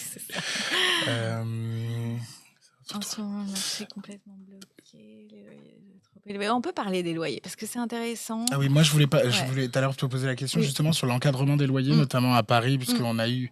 Il y a eu une bataille là-dessus où il y a eu l'encadrement des loyers, puis c'est parti, puis je crois qu'ils ont remis. C'est intéressant parce que aujourd'hui, il y a un encadrement des loyers dans certaines villes, dont Paris. Ce qu'il faut savoir, Lyon, Marseille, ils vont le mettre, et puis plein de communes autour de Paris. Il faut savoir que le gouvernement a limité le truc en disant qu'il fallait que ce soit expérimental pour l'instant. Donc, il y va vraiment à reculons. ça a été, pour faire l'histoire, sous Duflot, ça a été une bataille, homérique, on avait toute la droite qui disait: «Mais c'est l'Union Tout le monde. soviétique, si on encadre les loyers, c'est bon, c'est les soviets et tout». Bon, en fait, là, maintenant, la crise du logement est telle qu'on voit des villes de droite se dire: «Bon, bah, ce serait peut-être pas mal d'encadrer les loyers». Alors c'est pas la solution miracle, hein. Comme tu as Mmh. constaté à Paris, les loyers restent très, très chers. En fait, c'est vraiment, j'allais dire un peu à minima, c'est-à-dire pour contrôler la hausse, en fait, les loyers sont encadrés au prix du marché actuel et c'est pour éviter les grands délires. C'est-à-dire que Mmh. n'importe qui pourrait enfin, effectivement, il y a une telle demande qu'on pourrait avoir des offres complètement indécentes, enfin de loyers indécents. Donc ça limite. Et puis il y a un autre gros problème, enfin il y a 2 gros problèmes à l'encadrement des loyers, c'est qu'il y a un truc qui s'appelle, comment ça s'appelle? Ça y est, je vais pas retrouver le terme. S'il y a une spécificité dans ton logement, genre, tu as une belle vue ou je sais pas quoi, tu peux déroger à l'encadrement et tu peux faire je trouve plus le terme, un surplus, voilà, enfin voilà, tu peux demander 300 € de plus, voilà. Et c'est utilisé massivement en fait. Dans toutes les villes où il y a de l'encadrement des loyers, les gens disent: «Ah bah, il y a du soleil, le Mmh. lundi, donc c'est une spécificité, C'est donc genre les plus logements 200 €». atypiques. Voilà, alors j'ai oublié le terme, je suis désolée, mais enfin bon, il y a ce truc-là et puis que par ailleurs, l'autre problème du logement, c'est que c'est très peu contrôlé, donc les gens peuvent encore faire à peu près n'importe quoi. Il y a très peu de contrôle. Donc l'encadrement des loyers, alors on y vient, on peut enfin face à la crise du logement, on a des outils, hein, on pourrait, et notamment le CNR Logement a abouti à plein de propositions, donc encadrer réellement, parce que là, on est encore sur vraiment du très, très léger, quoi. On pourrait encadrer réellement et pourquoi pas faire à la baisse, en fait. Parce que là, les logements ont atteint des prix fous. Mmh. Il faut, d'ailleurs, tout le monde triche pour accéder à un logement Oui, en c'est ça. location. Les gens rajoutent Ouais, des c'est ça. zéros à leur salaire parce que ça devient fou, quoi. Mmh. Oui, il faut gagner 3 fois. Enfin bon, Faut avoir, des parents, c'est multimilliardaires ça, c'est et ça, des 12 cautions, garants, gagner 12 000 €, mmh. enfin voilà. Et donc faudrait bien et puis alors on peut faire de l'encadrement du foncier, du terrain. Enfin, il y a beaucoup d'outils même qui coûteraient pas cher, mais ça veut dire un volontarisme et qui est pas exactement, dans la philosophie actuelle du gouvernement. Et Voilà. pour les locataires et notamment les jeunes locataires, il me semble qu'il y a une question de l'État peut être garant à ta Ouais, place. oui, Et oui. Et ben ce c'est cette assez peu utilisé, en fait. ouais. C'est encore assez peu utilisé. Et puis surtout, l'idée, c'est que ça devienne universel, puisque là, bah, on rejoint le discours de Casbarian sur les locataires qui payent pas, et du coup, les propriétaires sont étranglés, ils peuvent plus vivre, etc. Alors qu'en fait, on pourrait avoir une garantie universelle, Mais ça, voilà, une est-ce que sorte les d'assurance ouais. loyer impayé, quoi. Voilà. Est-ce que les propriétaires, quand ils louent un appartement, ils ont 2 personnes, une personne avec, un dossier avec des parents, qui hypothétiquement, si les documents sont vrais, gagnent Ouais. beaucoup et les autres avec, ce système-là, Mm. par l'État? Est-ce que, Théoriquement, il y a tu pas d'avantage. Enfin, si l'État paye, il y a OK. pas d'avantage. Après, OK. ça peut être, tu sais, le logement, il y a plein de trucs symboliques. C'est Mmh. que je pense qu'ils préfèrent louer à des bourgeois. Mmh. Enfin voilà, c'est aussi une Mmh. respectabilité générale. Et Il y a pas que sans l'argent, il y a compter pas toutes les que ouais. discriminations Voilà, alors racistes, les homophobes, discriminations, bah, ça qu'on avait transphobes. raconté Ouais. avant l'été, mais c'est monstrueux dans le Mmh. logement. C'est vrai que C'est comme tu les disais au début, handicapés, ouais. c'est hyper violent. C'est vrai que c'est très, très C'est violent. que c'est un des points, d'inégalité, flagrant, quoi. Ah oui, Enfin, oui, bah, je sais c'est plus, je crois que j'avais dit, c'est le darwinisme social, le plus pur, quoi. L'accès au logement, c'est vraiment, voilà, si tu es racisé, si tu es jeune, si tu es précaire dans ton emploi, si tu es handicapé, laisse tomber. couple LGBT. Voilà. Qu'avez-vous retenu de votre visite au MIPIM? MIPIM, Moi, j'avais dit, hein, MIPIM. aujourd'hui, c'est la journée des acronymes. Le MIPIM, donc le Marché international des Ouais. professions de l'immobilier, l'année dernière, quid de la nature des échanges qu'il peut y avoir, entre le secteur du bâtiment et les pouvoirs publics? Bah, alors pour raconter en 2 mots, le MIPIM, c'est Mmh. très, très marrant parce que c'est effectivement le marché international de l'immobilier qui se tient à Cannes. Donc il y a un côté, on est dans les trucs du festival et il y a le monde entier et les capitales du monde entier. Donc le Qatar, là, il y avait pas mal l'Arabie Saoudite, voilà, Berlin, enfin, tout le monde vient vendre ses quartiers, hein. C'est vraiment le marché, on s'échange des bouts de ville. Ah oui. C'est le marché de la spéculation, donc l'argent coule à flot. C'est très impressionnant. Moi, j'étais très contente d'observer un petit peu ça. Et puis, on touche du doigt ce que c'est le marketing urbain, c'est-à-dire qu'il y a la ville de Besançon qui vient être en On s'amuse. compétition pour dire venez chez nous, c'est magnifique, parce qu'il faut attirer des investisseurs. Voilà. Qu'est-ce que j'en tire comme enseignement? Bah oui, c'est que la ville est devenue un marché. C'est qu'il y a une spéculation dingue. Et puisqu'on parlait du co-living là tout à l'heure, on cherche le segment le plus juteux. Où est-ce qu'il faut investir? Voilà, est-ce qu'il faut faire du tourisme? Est-ce qu'il faut faire... C'est intéressant. Ouais. Non, c'est assez passionnant. Je vais essayer d'y retourner cette année. Trop bien. Je te propose qu'on fasse une toute petite pause, qui n'est pas une pause de pub. Pub sur ce que seuls nos lecteurs peuvent nous acheter. Voilà, mais c'est de la pub interne. Vous l'avez déjà vu pour les gens qui étaient là la semaine dernière. Je vous remets la petite vidéo avec la surprise. Et on revient dans une seconde. Tu dis bonjour. Je dis bonjour. Je dis bonjour. Bienvenue sur la chaîne Twitch de Mediapart. On se retrouve tous les lundis à 19h pour Abonnez-vous, l'émission où on vous montre les coulisses de Mediapart. Pendant 2 heures, tous nos collègues qui participent à la vie du journal répondront à toutes vos questions. On t'a pas posé la question, Lana Del Rey ou Beyoncé? Et on vous a préparé une petite surprise avec quelqu'un que vous connaissez. Tout va bien? Mais c'est pas évident. Non, c'est pas évident. Salut, c'est Os Politique et je vais présenter le premier jeudi de chaque mois une émission qui s'appellera la Mediapartinale. Non, ça va pas s'appeler la Mediapartinale. Ça va s'appeler Abonnez-vous matin. C'est Abonnez-vous et c'est le matin. Bon, ok, ça va s'appeler Abonnez-vous matin, d'accord. Ce sera le premier jeudi de chaque mois de 7h à 9h et vous allez voir, on va décortiquer les articles de Mediapart, que ce soit l'actualité internationale, l'actualité politique nationale ou même les articles que vous proposez sur le club. Vous allez voir, ça va être super. La presse. On n'a pas oublié de dire un truc? Un message peut-être? Mais évidemment, abonnez-vous. Abonnez-vous. En regardant Abonnez-vous, vous accédez à tous les secrets d'histoire de Mediapart. Qu'est-ce que c'est? Et ben je pense, ce qui a fait le plus parler dans cette vidéo, c'est les talents d'imitation. Ah ouais, vous avez mis Fabien. Il fait qui Fabien, alors? là, c'est secret d'histoire, c'est quand il s'appelle Stéphane Bern, voilà. C'est le Stéphane Bern. patrimoine. Il nous regarde derrière. C'est la campagne Mediapart. Donc voilà, J'adore. tout ça pour dire que. On attend Todd. Je crois qu'il le maîtrise Et aussi Finkielkraut. très bien. Finkielkraut, on l'a vu. Donc on le réinvitera bientôt pour. Mais non, je vais même dire mieux. Venez au festival le voir. Festival qui aura lieu. Voilà, il y aura un stand-up. Le 16 mars. Fabien. Et donc, Os Politique qui revient, on vous l'a annoncé déjà la semaine dernière, et là, la vidéo est sur tous les réseaux. Mais du coup, Host revient, donc comme vous le savez, il fait ça, enfin, ou pas d'ailleurs, mais il fait sa matinale, lui, du lundi au mercredi, toute la semaine sur Twitch. Et ben, maintenant, il y aura un jeudi par mois en plus sur la chaîne de Mediapart. Voilà, on est très contents.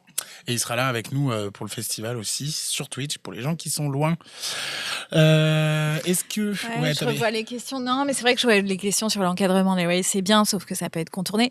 C'est l'énorme problème. Et on avait fait un papier, mais c'est sur Lyon, par exemple, qui a du coup créé sa police du logement pour vérifier que les propriétaires respectaient, ne serait-ce que respectaient. Et en fait, ils sont 10. Ils sont 10 face à, tu peux l'imaginer, des millions d'annonces. Donc c'est très... Voilà. En fait... un des problèmes de la politique du logement, c'est de l'armer, en fait. C'est de l'armer au sens lui donner du budget, lui donner des moyens de contrôle. Voilà. Il y a quand même un laisser-faire généralisé. Et quand bien même on a un peu quelque chose de volontariste comme l'encadrement des loyers, la pression est telle. Et là, on parlait des lobbies.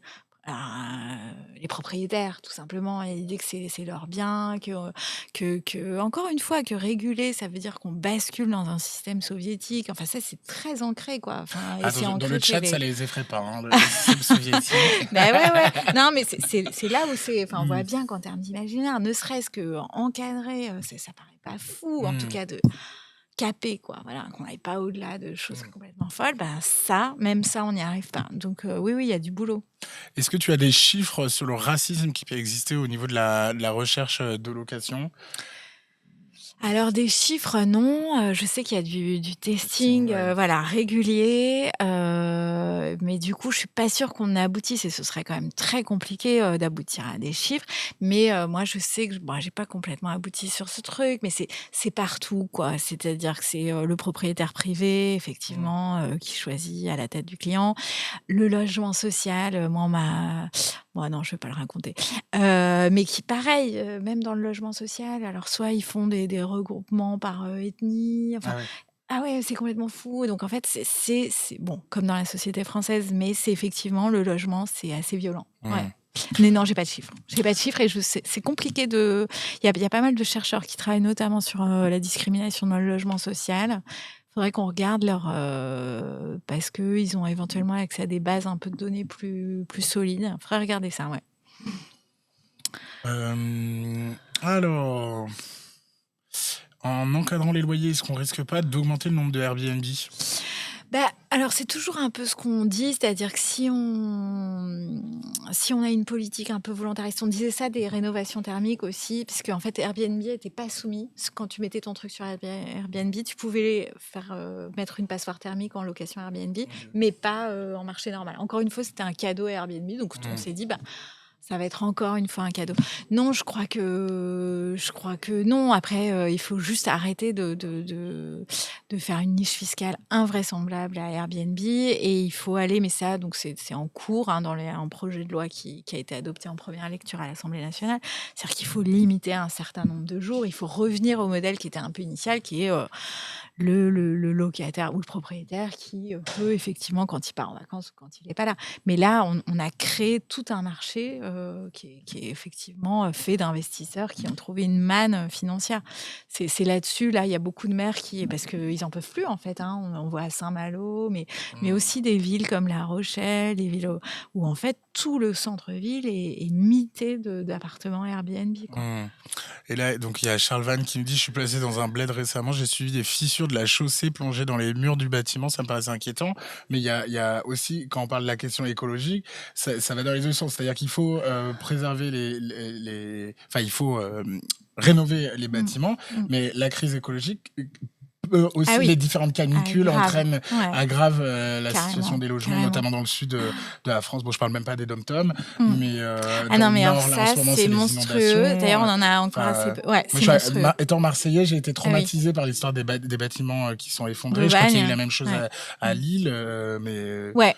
Alors ça, c'est encore devant nous. C'est qu'en fait, effectivement, maintenant qu'on a des canicules à répétition, des sécheresses à répétition, on s'aperçoit, alors j'ai plus le chiffre, mais c'est des millions, je pense 10 millions. Il y a 37 millions de logements.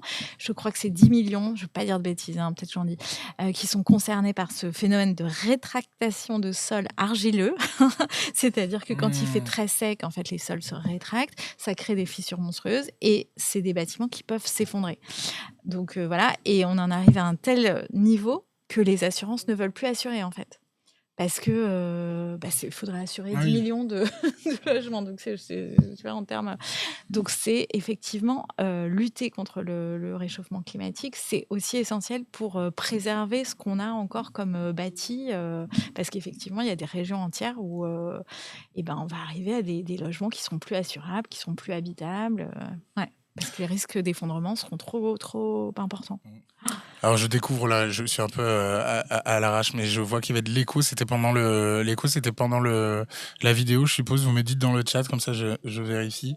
Ah non, vous me dites le fameux son de gauche, alors qu'on a justement tout mis en place pour que soit enfin bon. Si j'ai mal fait un réglage, il faut que je le sache pour les prochaines fois, et notamment pour le festival où on va faire 6 heures de live. La compétition entre territoires, c'est l'application de la logique marchande, là où il ne la faut surtout pas. Alors, je vois...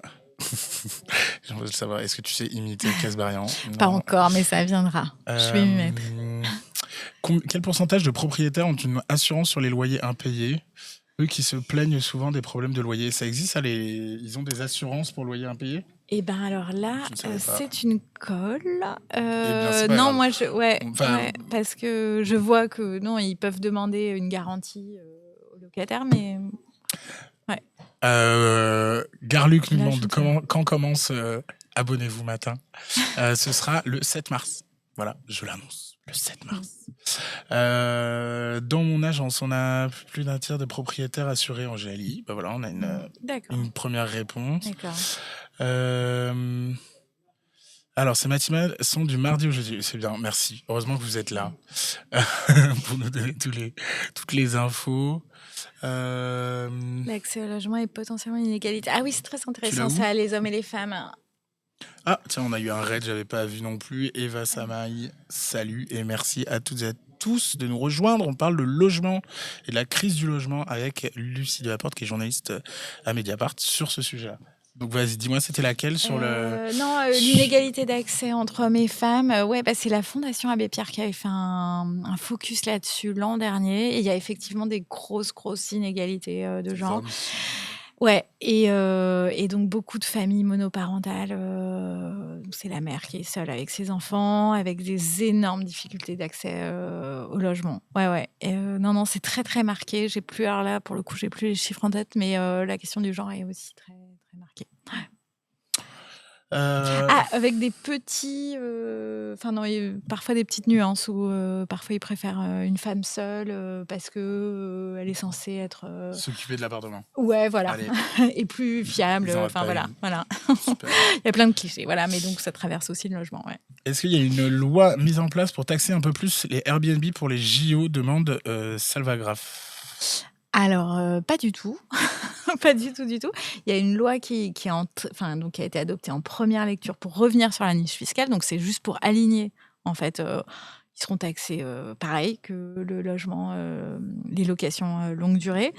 Mais de toute façon, elle sera effective si elle est finalement adoptée qu'après les JO. Et ça a été bien pensé pour ça. Parce que, par ailleurs, Airbnb est partenaire des Jeux Olympiques. Outre que le gouvernement a décidé que ce serait une solution de logement puisqu'on allait accueillir des millions de gens, etc.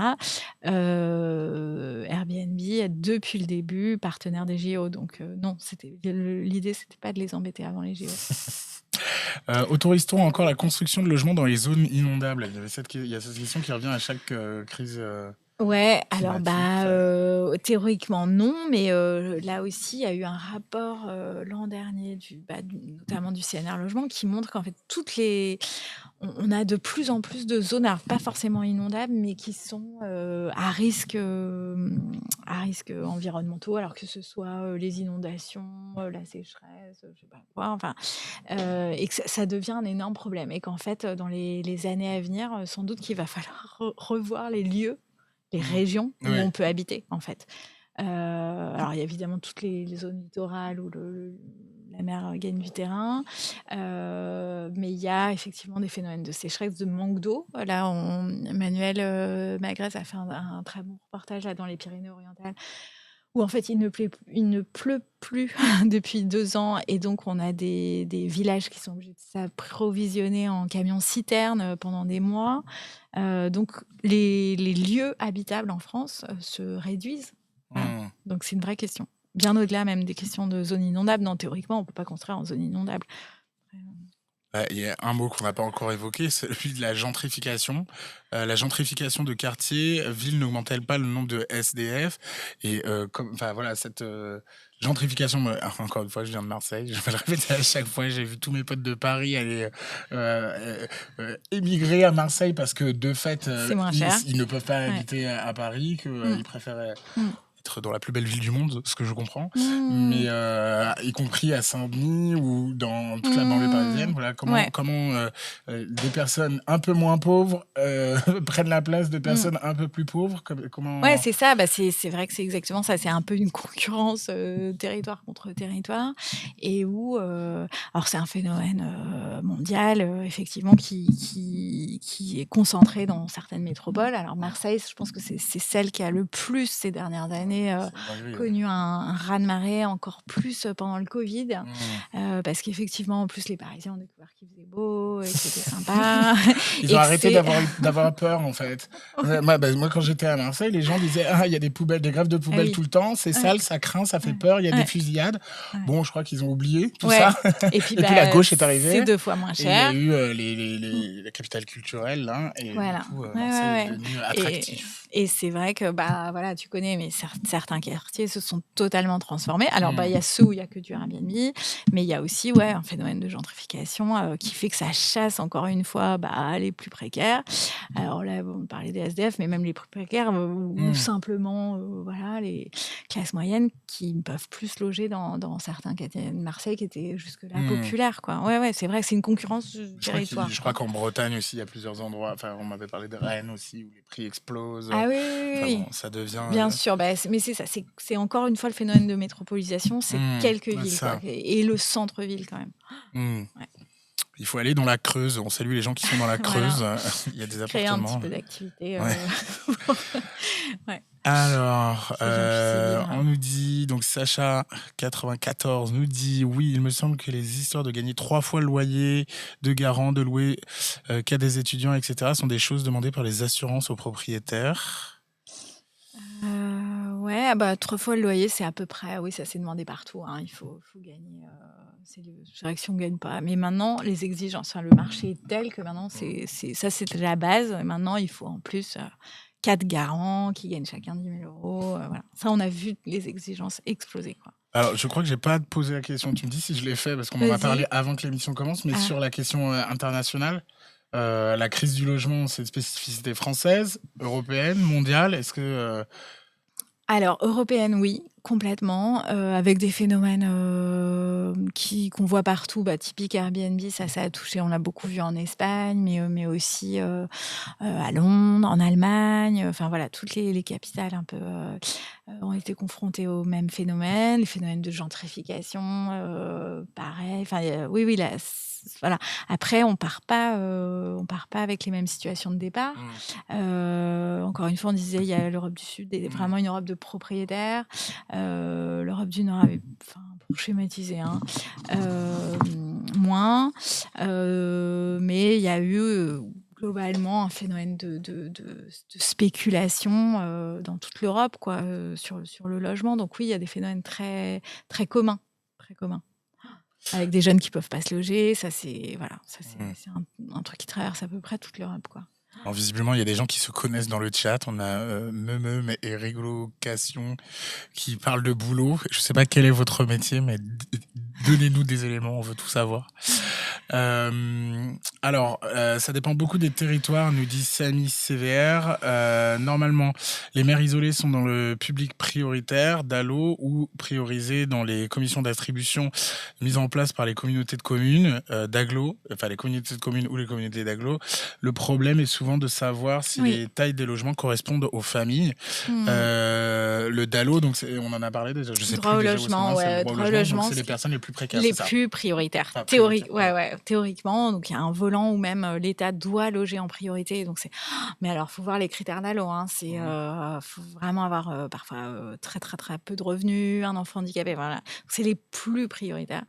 Et même eux, on s'aperçoit que même l'État les loge pas dans le parc social parce que ça les embête. Pour dire vite. Ouais. On a écrit dessus avec Faiza Zerwala. Où est-ce qu'on en est au niveau de l'accès des logements et surtout des logements neufs pour les handicapés? Depuis 2017, la part d'accès n'avait pas été abaissée. Est-ce que tu as des éléments là-dessus? Non, je suis désolée parce que c'est un truc sur lequel j'ai pas bossé récemment, mais je vais le faire. Cette émission aussi, c'est justement ça permet de faire remonter parce qu'on reçoit plein d'alertes d'handicapés qui n'arrivent pas à se loger ou qui sont logés dans des conditions indignes où ils sont bloqués dans leur logement parce qu'il n'y a pas d'ascenseur. Enfin, c'est un énorme sujet. Il faut qu'on. Mais là, le chiffre comme ça, je l'ai pas. Terence me ramène un nouvel acronyme, je crois. Pouvez-vous nous parler l'ANRU. L'ANRU. L'ANRU, Agence nationale de la rénovation urbaine. Merci. Borloo. Moi, je fais les questions bêtes. En vrai, tout ça, je le sais, évidemment. Pouvez-nous parler de l'ANRU et de ses constatations. Et de ses constatations qui peuvent être tirées de son activité depuis sa création. C'est un vaste sujet. Donc là, on a effectivement fait un papier il n'y a pas longtemps sur les 20 ans de l'ANRU, donc l'Agence nationale de rénovation urbaine, donc lancée par Jean-Louis Borloo, voulu par Jean-Louis Borloo, 20 ans. Donc l'idée, c'était qu'il y avait effectivement des banlieues qui décrochaient complètement, avec des grosses bars qui tombaient en ruine, que les bailleurs n'entretenaient plus, des conditions complètement insalubres. Donc il y a eu cette espèce de grande politique à coût de milliards. Donc on a détruit beaucoup les bars pour reconstruire des choses qui étaient plus aussi, qui correspondaient plus à ce que voulaient les gens, c'est-à-dire des petits immeubles, etc. L'idée, c'était de casser les ghettos, quoi. Voilà, c'était une politique, on casse les ghettos. Aujourd'hui, on a Les beaucoup de ghettos collègues. de pauvres, pas les ghettos de riches. Non, voilà, c'est un peu toute la question, c'est que effectivement, on s'est concentré un peu pour disperser ce qui semblait être des poches de misère. Alors, il y avait aussi un problème il n'y avait pas de service public, il n'y avait pas de transport, donc c'était des zones complètement enclavées. Enfin, c'est vrai que ça accumulait un peu les problèmes. Il y a eu une politique de désenclavement qui a été menée dans pas mal de quartiers, et donc il y a des gens qui sont contents, mais là, notamment, il y a beaucoup de collectifs qui racontent que l'ANRU, c'est aussi une façon de disperser les plus pauvres et qu'on ne trouve pas de solution de relogement derrière, quoi. Et que, alors là, il y a pas partout, mais on le voit dans la première couronne parisienne notamment, à Lyon c'est un peu pareil, il y a un phénomène de gentrification. On s'est dit, justement, on va faire de la mixité sociale. Donc on a essayé de faire venir un peu des classes moyennes, avec des petits pavillons, des trucs un peu plus qui correspondaient aux besoins des classes moyennes.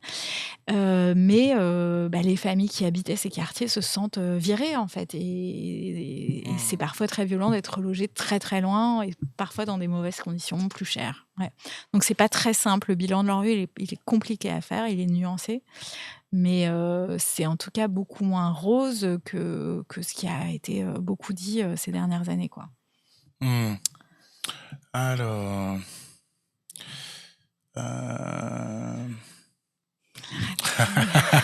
Charles Van, Marseille, c'est pas la gauche qui est arrivée, c'est le TGV.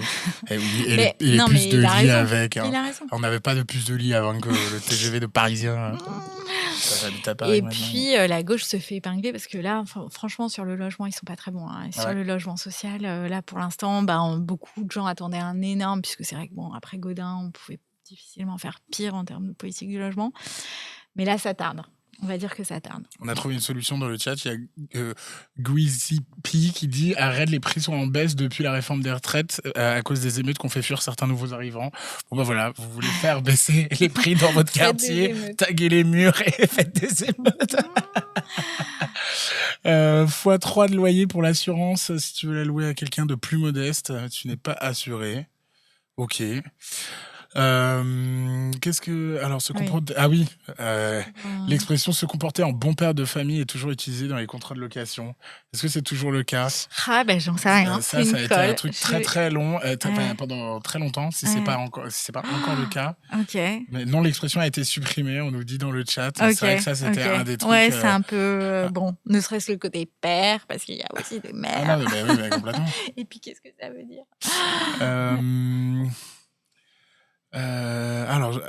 D'accord. L'agent immobilier de gauche qui donne des bons tuyaux pour aider les locataires face à des propriétaires et des agences qui abusent. Incroyable. Très bien. Mais puis moi, je veux bien recevoir des témoignages et tout. On est toujours friands de trucs très concrets, quoi. Voilà, donc je veux bien l'agent immobilier de gauche qui me raconte plein d'histoires. Rigolocation, tu es bienvenue. Voilà, sur ma Lucie.delaporte@mediapart.fr. Ouais, j'aime bien les histoires concrètes. Qu'est-ce qu'on a? Alors, il y en a qui arrivent un peu en retard. Ouais, l'audio de l'invité descend un peu. C'est parce qu'il faut bien qu'on parle dans le micro, mais normalement, on va s'habituer. Ils sont bloqués pour construire de nouveaux logements à cause des architectes des bâtiments de France ou les PLU qui peuvent limiter dans la ville avec un monument national. Oh là là, ça va être compliqué de répondre à ça, mais oui. C'est vrai que c'est très... les architectes des bâtiments de France, ils bloquent aussi la rénovation énergétique parce que il faut faire des rénovations par l'extérieur et c'est moche et eux, ils veulent préserver. Donc, il y a aussi un combat un peu patrimoine versus fin du monde climatique. Il faut faire des choix. Soit on vit dans un musée, soit on vit une terre... habitable. Au niveau de nos villes, enfin de nos appartements, mais aussi au niveau de nos villes, c'est ce qu'on disait sur Airbnb. C'est aussi plus il y a de Airbnb, moins il y a d'habitants, moins il y a de vie de la ville. Enfin, c'est tout ce qu'on se disait depuis le début, quoi. Et plus de bars, plus de petits commerces, de villes qui deviennent des quartiers de Paris où il n'y a plus de vie, en fait. Ouais, complètement. Alors là, prof Seguin, la question, quelles sont les solutions que vous proposez pour résoudre la crise du logement? Alors là, on est à Mediapart, c'est un journal. Je suis pas ministre encore, mais bientôt. Hein. Mais est-ce que tu as les éléments que proposent les gens voilà, ce que qui font de la politique? je peux vous renvoyer un papier d'ailleurs. Tu peux faire boîte à outils à l'issue du CNR Logement. Tout le monde du logement, donc ça allait de la Fondation Abbé Pierre, Annexity, au MEDEF, etc., au BTP, tout le monde s'est mis, voilà, donc c'est un consensus, mais ils ont, justement, parce qu'il y a quand même des intérêts contradictoires, c'est pas évident, une boîte à outils, logement, tu fais de la part, je sais pas, et donc il y a effectivement plein de solutions. Donc, on peut pas dire on peut rien faire. Ça, c'est pas vrai. On parlait de l'encadrement du loyer, l'encadrement du foncier. Oula. Il y a tout qui s'est lancé. Bienvenue. C'est reparti. Désolé, j'ai bugué et je suis en train d'essayer de remettre. Ça va peut-être se relancer. Attendez, parce que j'ai la vidéo qui me... Voilà. Et là, on l'a. Je l'ai retrouvé. Donc, voilà. Pardon, désolé. Je peux vous renvoyer ce papier-là, parce que là, c'était, voilà, on disait boîte à outils. En fait, alors la crise du logement, elle est multifactorielle, donc c'est pas une mesure, c'est 50 mesures, voilà. Enfin, 50 mesures, 50, ouais. Il faut travailler sur plein de trucs en même temps, mais effectivement, il y a beaucoup de choses et qui sont pas forcément coûteuses. Encadrer les loyers, encadrer le foncier, ça ne coûte rien. En fait, construire du logement. Pas aux propriétaires, quoi. Enfin, à part aux propriétaires. À la puissance publique, ça coûte rien. Voilà, quoi. c'est C'est juste choix. dire, voilà, on a décidé que là, ça va trop loin, c'est trop cher. Le logement est trop cher. On peut le dire, en fait. Là, c'est, voilà. Le marché est devenu fou. Oui, mais donc, aussi, t'as pas écouté Macron. Les gens, ils achètent des abonnements VOD au lieu de... Ah, voilà, c'est ça. Oui. Ouais, c'est ça. Voilà. Mais donc, non, il y a plein de... on peut agir sur plein d'aspects. Mais c'est une politique publique qui a été un petit peu abandonnée. Alors, je t'ai pris le contact de Rigolocation qui est sous ce même pseudo sur Twitter. Donc, vous pourrez être mis en relation. Sur le domaine de la construction, alors, la Chine coupe plus de bois en son pays, mais elle en achète en Europe. J'ai eu des échos sur des problèmes d'approvisionnement de matériaux qui empêcheraient le développement de boîtes, voire obligent au débauchage. Est-ce que tu confirmes ça? Est-ce que tu as des éléments là-dessus? Alors, je suis pas sûre. Je sais que là, il y a de toute façon, tout le BTP est à l'arrêt, toute la construction est à l'arrêt pour plein de raisons. Notamment, enfin, on n'en a pas parlé, mais la hausse des taux d'intérêt qui fait que ça a freiné toute la chaîne du logement. C'est-à-dire que les gens n'arrivent plus à accéder à des prêts pour devenir propriétaires. Donc, ça a des répercussions jusque chez les locataires. Donc là, il n'y a plus de construction en France. Là, tout est bloqué. Il y a sans doute la Fédération du bâtiment annonce et redoute 150 000 suppressions de postes là, dans l'année à venir et sur tout le secteur 300 000. Donc, c'est très inquiétant. Alors, sur cette histoire de matériaux de bois, là, j'avoue que je sèche. Un des problèmes de la construction, c'était avec la guerre en Ukraine et tout, un surcoût en fait de tous les matériaux, notamment. Mais là, le bois Chine, je sais pas. Ok. Alors, les pubs faisant la promotion sur les réseaux sociaux de formation pour devenir rentier immobilier m'insupportent, d'autant que quand je repense aux conseils qui peuvent être donnés, proposer à son locataire de souscrire à un crédit à la consommation pour payer son impayé de loyer, par exemple. C'est complètement fou. Alors, c'est vraiment complètement fou. Ça devrait être régulé. Alors, nous, je sais plus, j'avais raconté ça, c'était il y a 2-3 mois. Il y avait même, effectivement, des promos, enfin, des Pôle emploi, ex-Pôle emploi, France Travail, finançait des formations pour devenir rentier par l'immobilier en faisant du Airbnb, tu vois. Donc, waouh, tu te dis, c'est vraiment, c'est de l'argent public, là. Et il y a un espèce de délire sur rentier immobilier. Alors, c'est souvent des formations complètement bidons, hein, faut bien le dire. Mais avec certaines niches fiscales, c'est vrai qu'il y a un avantage pour peu qu'on investisse et maintenant qu'on a un décret habitat qui fait qu'on peut louer des surfaces complètement pourries. Oui, on peut mettre pas beaucoup d'argent pour louer des surfaces indignes et devenir marchand de sommeil. C'est pas très condamné. C'est fiscalement assez rentable. Donc, Bon, je suis ironique, hein, mais on a bien compris. Mais en tout cas, il y a tellement peu d'encadrement qu'on comprend que des gens se disent je vais devenir rentier immobilier. Mais il faut pouvoir quand même à la base. Mais parfois, moi j'avais rencontré des gens, c'est assez intéressant, des gens ils peuvent racheter justement des taudis. En fait, il y a des trucs, des copros sinistrés, etc. Ça se revend pas très cher. Alors, il faut une mise de départ qui peut être 20 000 euros, mais bon, c'est pas la maison à 200 000. Et là, à partir de là, c'est des petites surfaces et on devient marchand de sommeil. Voilà. Alors, je sais pas si on va vous donner des conseils pour devenir marchand de sommeil, mais en tout cas, oui, il y a un marché qui va se développer parce que vu la crise du logement, il y a de plus en plus de gens qui sont prêts à payer des sommes folles pour des surfaces indignes, quoi. Alors. Quoi? Pas tout à fait. J'ai peur de me faire striker. Alors, viens nous. Tu peux dire un truc?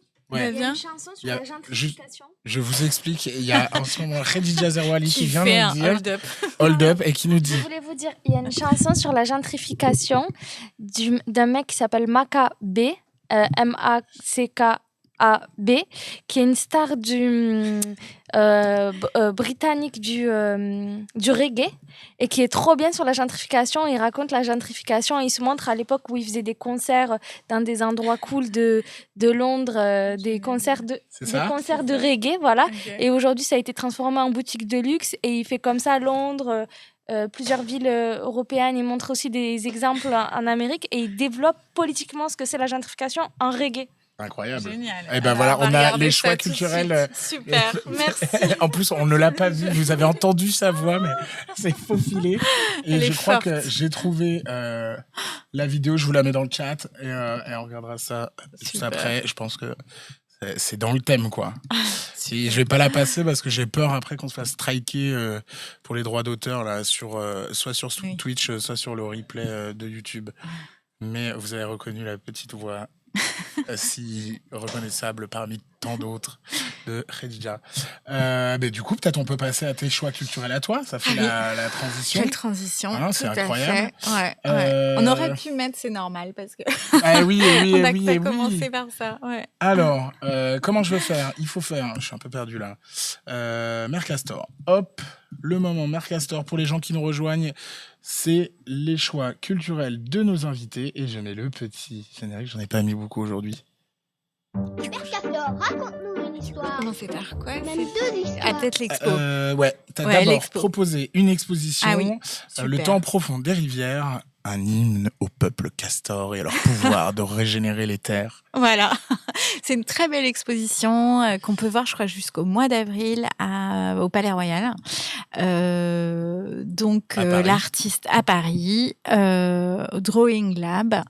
Et donc l'artiste, c'est une franco-américaine qui s'appelle Suzanne Husky et qui travaille là depuis quelques années sur le pouvoir des castors, en fait. Moi, ça m'intéresse. On parle bien des animaux. On parle pas des gens qui ont essayé de faire barrage au Front National. On parle des animaux. Voilà, des animaux. Et en fait, qu'on a massacré en Amérique du Nord et puis nous, qu'on a fait disparaître par notamment les dalmaux urbains. Et puis, on n'en avait pas besoin des castors. Alors qu'en fait, on se rend compte que c'est eux qui nous garantissent une bonne hydratation, si on peut dire, de nos terres, et que aujourd'hui il y a tout un mouvement pour réintroduire le castor. Et donc elle s'est inspirée, et en fait il y avait plein de mythologies indiennes. Elle s'est inspirée de cette figure du castor. Elle fait des trucs à l'aquarelle. C'est très, très joli. On apprend plein de choses. Il y avait beaucoup de mythes autour du castor. Et voilà, très belle expo. Et on comprend qu'une rivière, c'est pas une ligne bleue comme on la montre sur les cartes. En fait, c'est quelque chose de très, très, très complexe. C'est un écosystème très complexe et où on gagnerait à comprendre qu'en fait, il faut travailler avec le monde animal et notamment le peuple castor. Voilà, on en reparlera bientôt avec le philosophe Baptiste Morisot qui a fait les textes de cette exposition. Okay. Voilà. Trop sympa. Ouais, trop sympa. Et donc, t'as dit que c'était où? C'est au Drawing Lab. C'est à côté du Palais Royal. Alors, j'avoue, je connaissais pas ce lieu. C'est gratuit. en plus. Ok, trop L'expo bien. est gratuite. Il y a un super documentaire avec une fille un peu perchée qui s'appelle Patti Smith. Alors, c'est une autre Patti Smith, mais qui dialogue avec les castors. Et je vous conseille ce film qui dure 20 minutes, mais c'est très, très beau. Ouais. Non, si vous voulez... voilà, ça fait réfléchir à plein de trucs. Et puis on sort sur une petite note optimiste. On se dit que si on réintroduit des castors, on pourra un peu sortir de la très grave crise de l'eau dans laquelle on est rentré. C'est incroyable. On n'a jamais eu un moment Père Castor ou Mère Castor qui parlait des Est-ce que c'est castors. pas Enfin, génial? franchement, C'est vrai. J'avais pas compris la mise en abîme. Ouais, non, mais c'est incroyable. Ensuite, tu nous as proposé un livre que tu as là. Ah oui. Vas-y, donc. Alors, non, Balzac. c'était un peu... Alors, ouais, c'était un auteur pas très connu qui s'appelle Honoré de Balzac et un livre pas très connu qui s'appelle Le Lys dans la vallée. Alors, pourquoi je voulais en parler? C'est parce qu'il y a eu une polémique, je sais pas si tu as suivi, mais Victor Tuaillon a été invité par Alain Finkielkraut dans son émission Réplique sur France Culture. Et bon, il y a eu tout un débat, est-ce qu'il fallait y aller, pas y aller. On connaît les positions d'Alain Finkielkraut. Bon. Et non, je voulais en parler parce qu'il a terminé son émission avec une citation du Lys dans la vallée en lui disant mais enfin vous voulez tout canceller en gros et vous avez rien compris à la subtilité des rapports hommes-femmes. Et d'ailleurs dans le Lys dans la vallée, l'héroïne Madame de Morsauf dit finalement à Félix à qui elle ne s'est jamais donnée, donc en fait ça a été un espèce d'amour platonique qui l'a consumé en fait, et elle en meurt en fait de pas avoir vécu cette relation.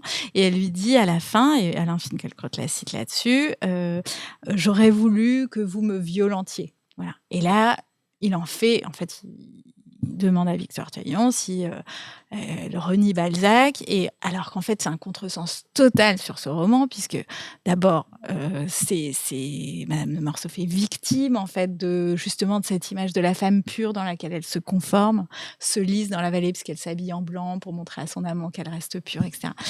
Bon voilà, le temps a passé, c'était le 19e siècle, et en fait même Balzac fait mourir cette héroïne dans sa pureté, mais on voit bien qu'elle voilà, c'est tragique en fait, et elle est victime de cette image complètement surannée, catastrophique de la femme pure, quoi.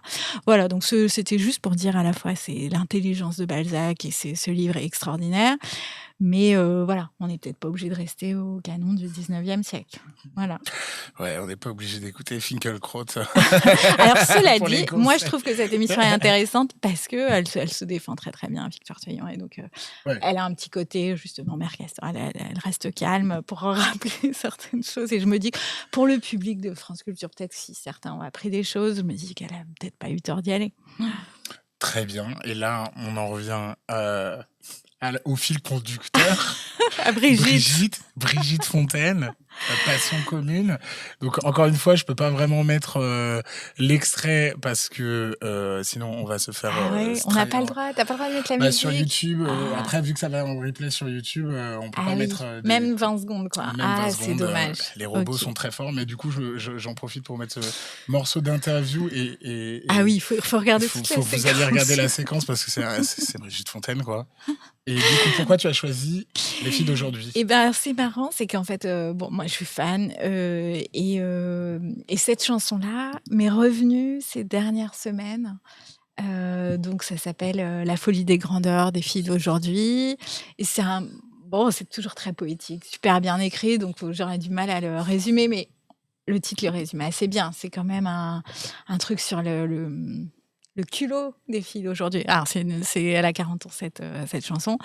Mais je crois que les dernières semaines, avec les prises de position de Judith Godrèche, et moi, je l'ai vu encore une fois, ce MeToo qui n'en finit pas d'avoir des répercussions, qui n'en finit pas de se régénérer, de se renouveler, de se relancer. Encore ça, j'ai vu que ça, même dans mon entourage très proche, que ça commençait à rouvrir des vannes, des discussions et tout. Et je me suis dit, voilà, j'avais cette chanson qui revenait, La folie des grandeurs des filles d'aujourd'hui, voilà. Et je me disais, on vit quand même un moment chouette, quoi. Voilà, même si c'est dur, même si ça fait remonter des choses très, très, très moches. Mais bon, moi, il se trouve que Judith Godrèche, je suis un petit peu plus jeune, mais pas beaucoup. Je suis allée voir tous ces films de Jacot, de Doyon et tout. et que je me dis, bah, il est temps de se désintoxiquer, quoi, parce qu'on a été nourri à cet imaginaire assez dégueulasse. Et voilà, il est jamais trop tard pour, pour se désintoxiquer. Voilà. Et donc, Brigitte Fontaine, c'est la reine voilà, elle a dit beaucoup de choses il y a tellement longtemps, en fait. Elle était tellement en avance. Complètement. Et du coup, donc, cette chanson qui est sortie en 84, elle l'a ressortie, il me semble, en 2001 dans son album, comment il s'appelait C'est le genre humain Non. C'est il y a un terme dedans qui me fait rire. C'est pas macho ou quelque chose. Je sais plus comment s'appelle cet album, mais je sais plus. Mais c'est celui avec des ornements partout. Là, je vais retrouver immédiatement. Je vais chercher parce que elle a rechanté une deuxième fois et les deux sont je assez connais différentes. pas tu vois, je connais que la parce vieille, que ça, moi. c'était quand elle était que avec Areski. Et ensuite, elle a fait son album. Voilà, c'est celui-là. Kekeland. Kekeland. Pas Macho Oui, Land, Kekeland. Ouais. Et elle a ressorti. Et on a parlé au début de cette. On va faire une spéciale Brigitte Fontaine. Quand même, c'est normal que je m'autorise un conseil culturel. Et peut-être que pendant le festival, on se les fera avec Anna. Mais c'est normal. C'est une chanson sur le logement que j'ai réécouté beaucoup au moment de la rue d'Aubagne à Marseille, là, de l'effondrement de l'immeuble, parce que justement, c'est ça. La raconte, parce que c'est ça. Donc il y a Brigitte Fontaine et Areski, et Brigitte dit mais est-ce qu'on n'est pas en train de cramer? On n'est pas en train de tomber dans le vide. C'est normal. Et c'est voilà, comme toujours, Brigitte Fontaine, à la fois très drôle et tragique, mais incroyable chanson que je conseille. Et il termine en disant non mais c'est normal, c'est un immeuble d'immigrés, donc c'est normal, on est en train de brûler, mais c'est normal. Donc voilà, je trouve que ça va aussi hyper bien avec le thème de la journée. Est-ce que vous avez quelques dernières questions dans le chat? Et sinon, on va aller vaquer à nos différentes occupations et je vais vous annoncer les deux il trucs. demande Beyoncé, Lana Del Rey. Alors, question tabou. Donc Beyoncé ou Lana Del Rey Alors, je sais qu'il n'est pas d'accord. Alors, moi, je lui ai dit que j'avais pas forcément envie de m'inscrire dans cette alternative. Ça, c'est bien. Voilà, parce que je suis un peu ni l'une ni l'autre. Je suis désolée, mais je serais un peu plus Lana Del Rey. C'est là où Je censure ce qui vient d'être dit là, c'est pas possible. Avec Faïz Azar, voilà, on est venu lui faire de la pression, de l'intimidation toute la journée, j'avoue. Et même ça ne marche pas. Ils allaient raconter que j'étais au GUD. Comme quoi, les journalistes de Mediapart ne sont pas corruptibles. Voilà, vous le saurez. Voilà, je pense qu'il faut arrêter cette émission. Non, faut fermer sur Brigitte, c'est super. Voilà. Il faut refuser ce faux bipartisme, nous dit Sacha 94. C'est pas faux, c'est peut-être une solution de compromis. C'est l'Empire américain, ça va. C'est vrai. Mais justement, il faut choisir sa diva. Alors, les dernières petites questions. Faut-il la campagne de la France Insoumise sur le vote, en parlant des journalistes, c'est pas le sujet du jour. Petite recommandation en cas de raid liée à la chaîne de Omgi spécialisée dans l'écologie qui est en ligne. Allez. On apprend. Écoutez, on va faire ça. On va faire le petit raid. Je vais juste vous annoncer. Reconnaître les oiseaux, ça c'est cool. Question de niche, mais du côté des aménageurs de pouvoir public, de l'archéo-préventive. Ok, bon. Une autre fois. Je vais prendre mon petit papier avec mes annonces que je m'étais préparées. Mais cette fois-ci, ça va être assez simple parce que je vais vous montrer une petite vidéo, encore une fois, pour vous annoncer le festival. Parce que la vidéo est sortie aujourd'hui. Donc voilà, vous l'avez en prums sur Twitch. Et je reviens juste après. Non, alors, évidemment. Et j'espère qu'il n'y aura pas le doublon de son comme tout à l'heure. Hop, et normalement, ça part maintenant.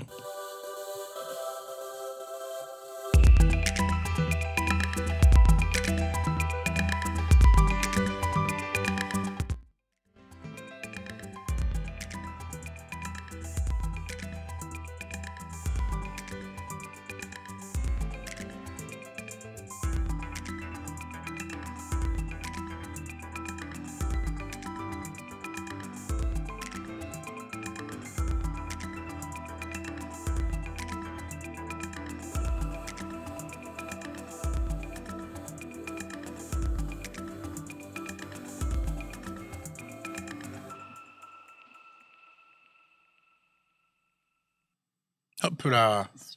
J'espère que ça a bien marché, que le son n'était pas en Ça, tu double. fais 6 heures de live. Et donc oui, voilà. Donc si vous n'êtes pas loin de Paris, c'est le 16 mars au 104 dans le 18e arrondissement de Paris.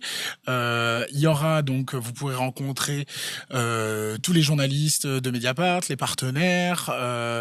Le son. Le son marchait pas. Bon, je vais régler cette histoire de vidéo avec le son d'ici la semaine prochaine. Et donc, au 104, vous êtes les bienvenus. C'est gratuit, en accès libre.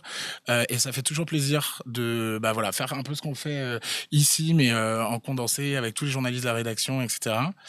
Qu'est-ce que je veux dire? Et donc, nous, sur Twitch, on va faire 6 heures de live, ou 5 ou 6, je sais plus exactement, avec donc Os Politique, Anna et moi. On va s'alterner, vous faire vivre un peu tout ça. Donc, pour les gens qui sont un peu loin et qui peuvent pas venir, on vous a prévu quelques surprises. Voilà. Sinon, la semaine prochaine, Anna retrouve Yumni Kezouf, donc qui traite de l'extrême droite au pôle politique de Mediapart. Donc, gros sujet à la semaine prochaine. Vous allez préparer toutes vos questions sur Bardella et Le Pen. Youpi! La semaine prochaine, on revient à l'horaire traditionnel de 19h, évidemment. Et qu'est-ce que je dois dire de plus? Rien du tout. Si on va faire le raid. Je vais essayer de retrouver, voir si on a le raid, si on a la personne que tu nous proposais dans le chat. Et évidemment, j'ai pas préparé le truc à l'avance, donc on va le faire maintenant en direct live. Et je vais voir si j'y arrive. En général, ça marche une fois sur deux, donc il faut que j'aille sur le gestionnaire de stream. Et c'est OAMGui, un truc comme ça. Hop, hop. C'est parti.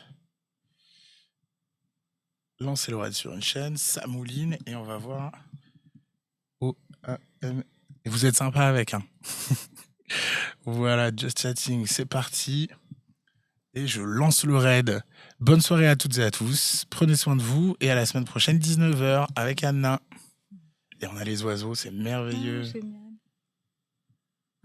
Hop là.